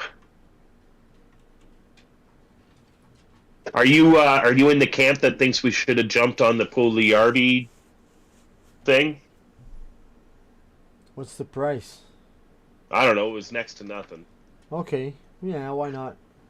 Does he expire this summer? No, I mean he's already been moved. I'm just asking if if you think we should have. Depends if his contract.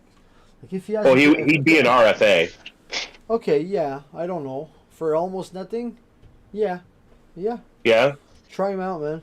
He has that talent in him for sure. Why not? Why not see what Martin said we can get out of him? Fair enough. I don't know. Did we get anybody with a good name? No, we got nobody with a good name. Tony Sund. Frédéric Allard. She needs to know if we get anybody with a good name because we're getting a beagle puppy in the near future. No. And we name everything after Habs, so No, she wanted us awesome. to trade for Jay Beagle so we could name our Beagle. Nice. Yeah. I ever told you about my Blue Jay that was called LL Cool J? No, that's the best name ever, actually. I saved the Blue Jay. He was injured and stuff. Something with Lord Barron. And it written on his cage was LL Cool Jay. That was awesome. his name. LL Cool J. Yeah. The podcast contest. What? Name our Beagle. Oh, yeah, that would be a good idea. Maybe Andrea said that we'll do a podcast and let people chime in and name our Beagle. We'll give them the awesome. options. Awesome. I think she's leaning towards Baron right now. How about Monta Beagle? Dude, that'd be funny. Monty like for short. I love it. Monta Beagle. The goalie's name is Montembeau. He says, "Oh, what about Montembeau Beagle?"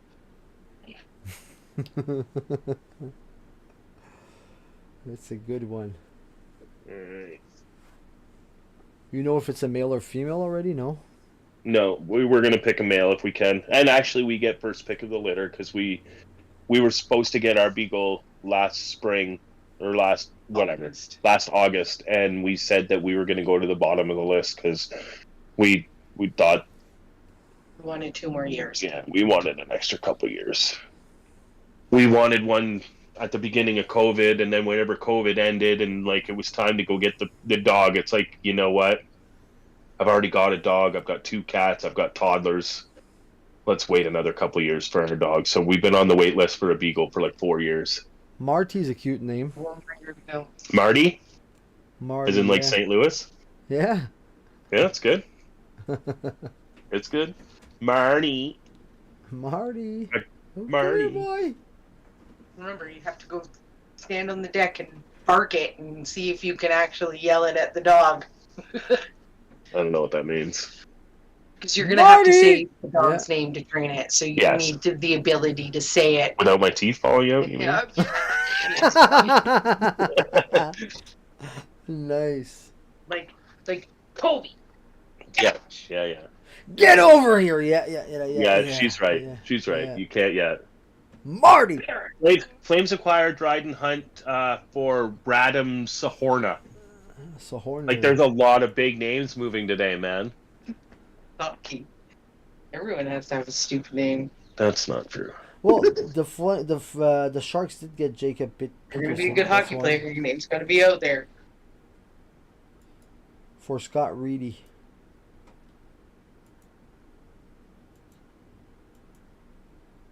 Yep. This is pretty slow. You enjoy some commercials? I don't know what to do. There has been very few trades.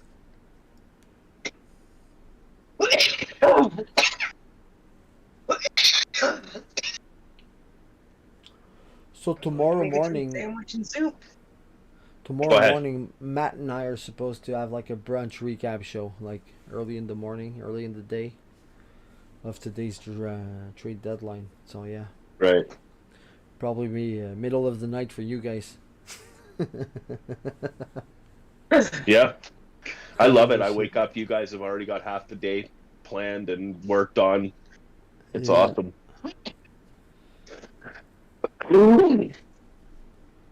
Yep. Is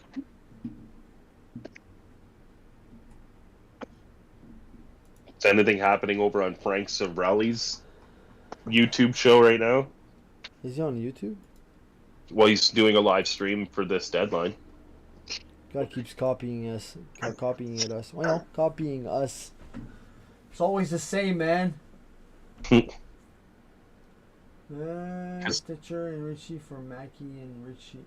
Huh? Some trades rolling in. Oh wow, the Richie brothers get traded for each other, man. What? Yeah, That's funny. it is. 53 seconds ago, Elliot Friedman. Carolina, Arizona trade. Stitcher and Richie for Mackie and Richie. Brothers getting traded for each other. Hilarious. John Klingberg to Minnesota. That's Friedman, 2 minutes ago. What is going on there?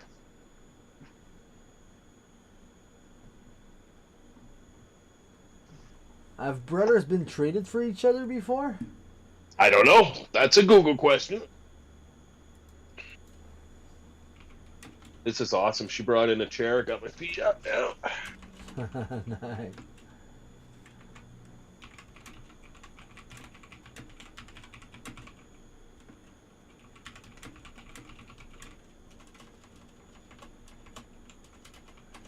There's no way I find that, dude.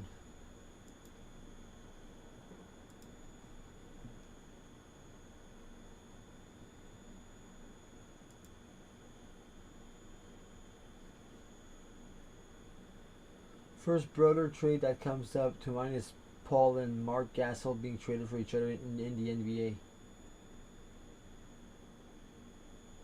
Oh, It's pretty a unique scenario, so I wouldn't be surprised if it hasn't happened.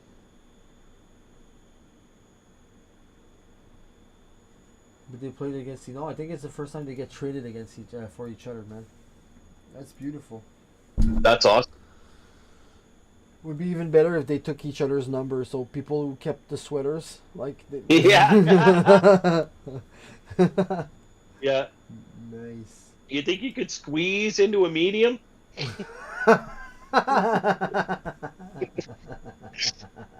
Nope. Not a chance. No. You're talking about Matt.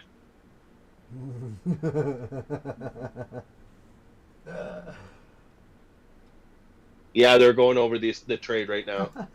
Mathieu tweeted, with no big trade today, Kent Hughes will slowly become the next Marc Bergevin. Oh, I love the shit that's going to create. Yeah. By the draft floor, he'll have a full head of hair and giant biceps. That would be beautiful, man. He'd be fucking Mr. Clean. Did you see the guy from Habs Fan TV got a picture with him, and he tweeted out that he refused to take a picture with anybody in any Habs gear? Marc Bergevin? Yeah. No way. Yeah, man. Oh, that sucks. Yeah. And I mean, like, they were in town to play LA, so, like, you can't take a picture with a guy with a Habs jersey on. They're here to play your fucking team, right? I don't know, man. I said it, like, right near the end of his tenure. It's like, I like the guy as the GM, but I'm not sure I would have been a friend of the guy, you know? Like, I'm not, I don't know. I'm not sure I would have went out for beers with Marc Bergevin. Let's just put it I that would way. have went out for beers with Marc Bergevin. Any fucking Yeah, I might time. have once. I don't think he would have been on my fucking callback list. Let's just You put it think that so? way. Yeah, I don't think so. Oh, I don't man. think so. And I liked him. I liked his work. But then, yeah. Do you think working You know with what? him? You know what soured me on Marc Bergevin is how fucking cute he thought he was. You know what? It was cute whenever you were winning fucking hockey games, but you're fucking like the nonchalant fucking cutesy wootsy attitude. It fucking wears off quick when you're not winning fucking hockey games. You know what I mean? Your dismissive fucking attitude and your fucking cutesy wootsy answers to shit, and you're carrying fucking like you've always had to be the center of attention. I loved it, dude. I loved all of it. I hear you right now, but I loved everything you just mentioned. I didn't think he was as cute as he fucking thought he was. Oh, that's he what was. that's what I thought. Oh, he was. No. You didn't No. like that plant joke? His didn't match his fucking resume. Let's just put it that way. Oh my god, dude. You didn't like the plant thing? Not overly, no. But I mean, like, I didn't have a problem with it because it was like a few years ago. But like, had he done that in the last couple of years while we were just fucking falling off the fucking map, yeah, I would have fucking lost it. That would have been like fucking Obama in a tan suit for me. Oh, that's hilarious. Holy shit, dude. That's a good one. More trades coming in? I'd like, no. Oh, it's being told that I think RDS received a memo that it's done for the Habs. They're not trading anything. That's it? Yeah, that we can't expect anything. At 4 p.m. my time, so in 40 minutes, there's going to be a presser from Can't Use. All right. Do you want to cut it half an hour early then? Go for another whatever 15 minutes, whatever.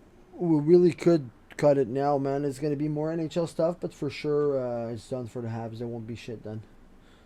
Yeah, let's call it. Unless, I'm okay, hungry. Yeah, it's a pretty long pod, man. It's the longest so Yeah. far. Again, thanks for the guys who joined us. Rick, Thanks, Matt. Thanks, Blaine, Blaine. Thanks, Matt. Rick. Go to our shop, please. Still on screen, man. Yeah. Yeah. Shop.OuiHabs.com. Thanks, you guys. Happy trade deadline day. Happy trade deadline day. Take care, guys. It was fun. Thanks, Brian, Right. for everything. Always fun, my man. Thanks, man.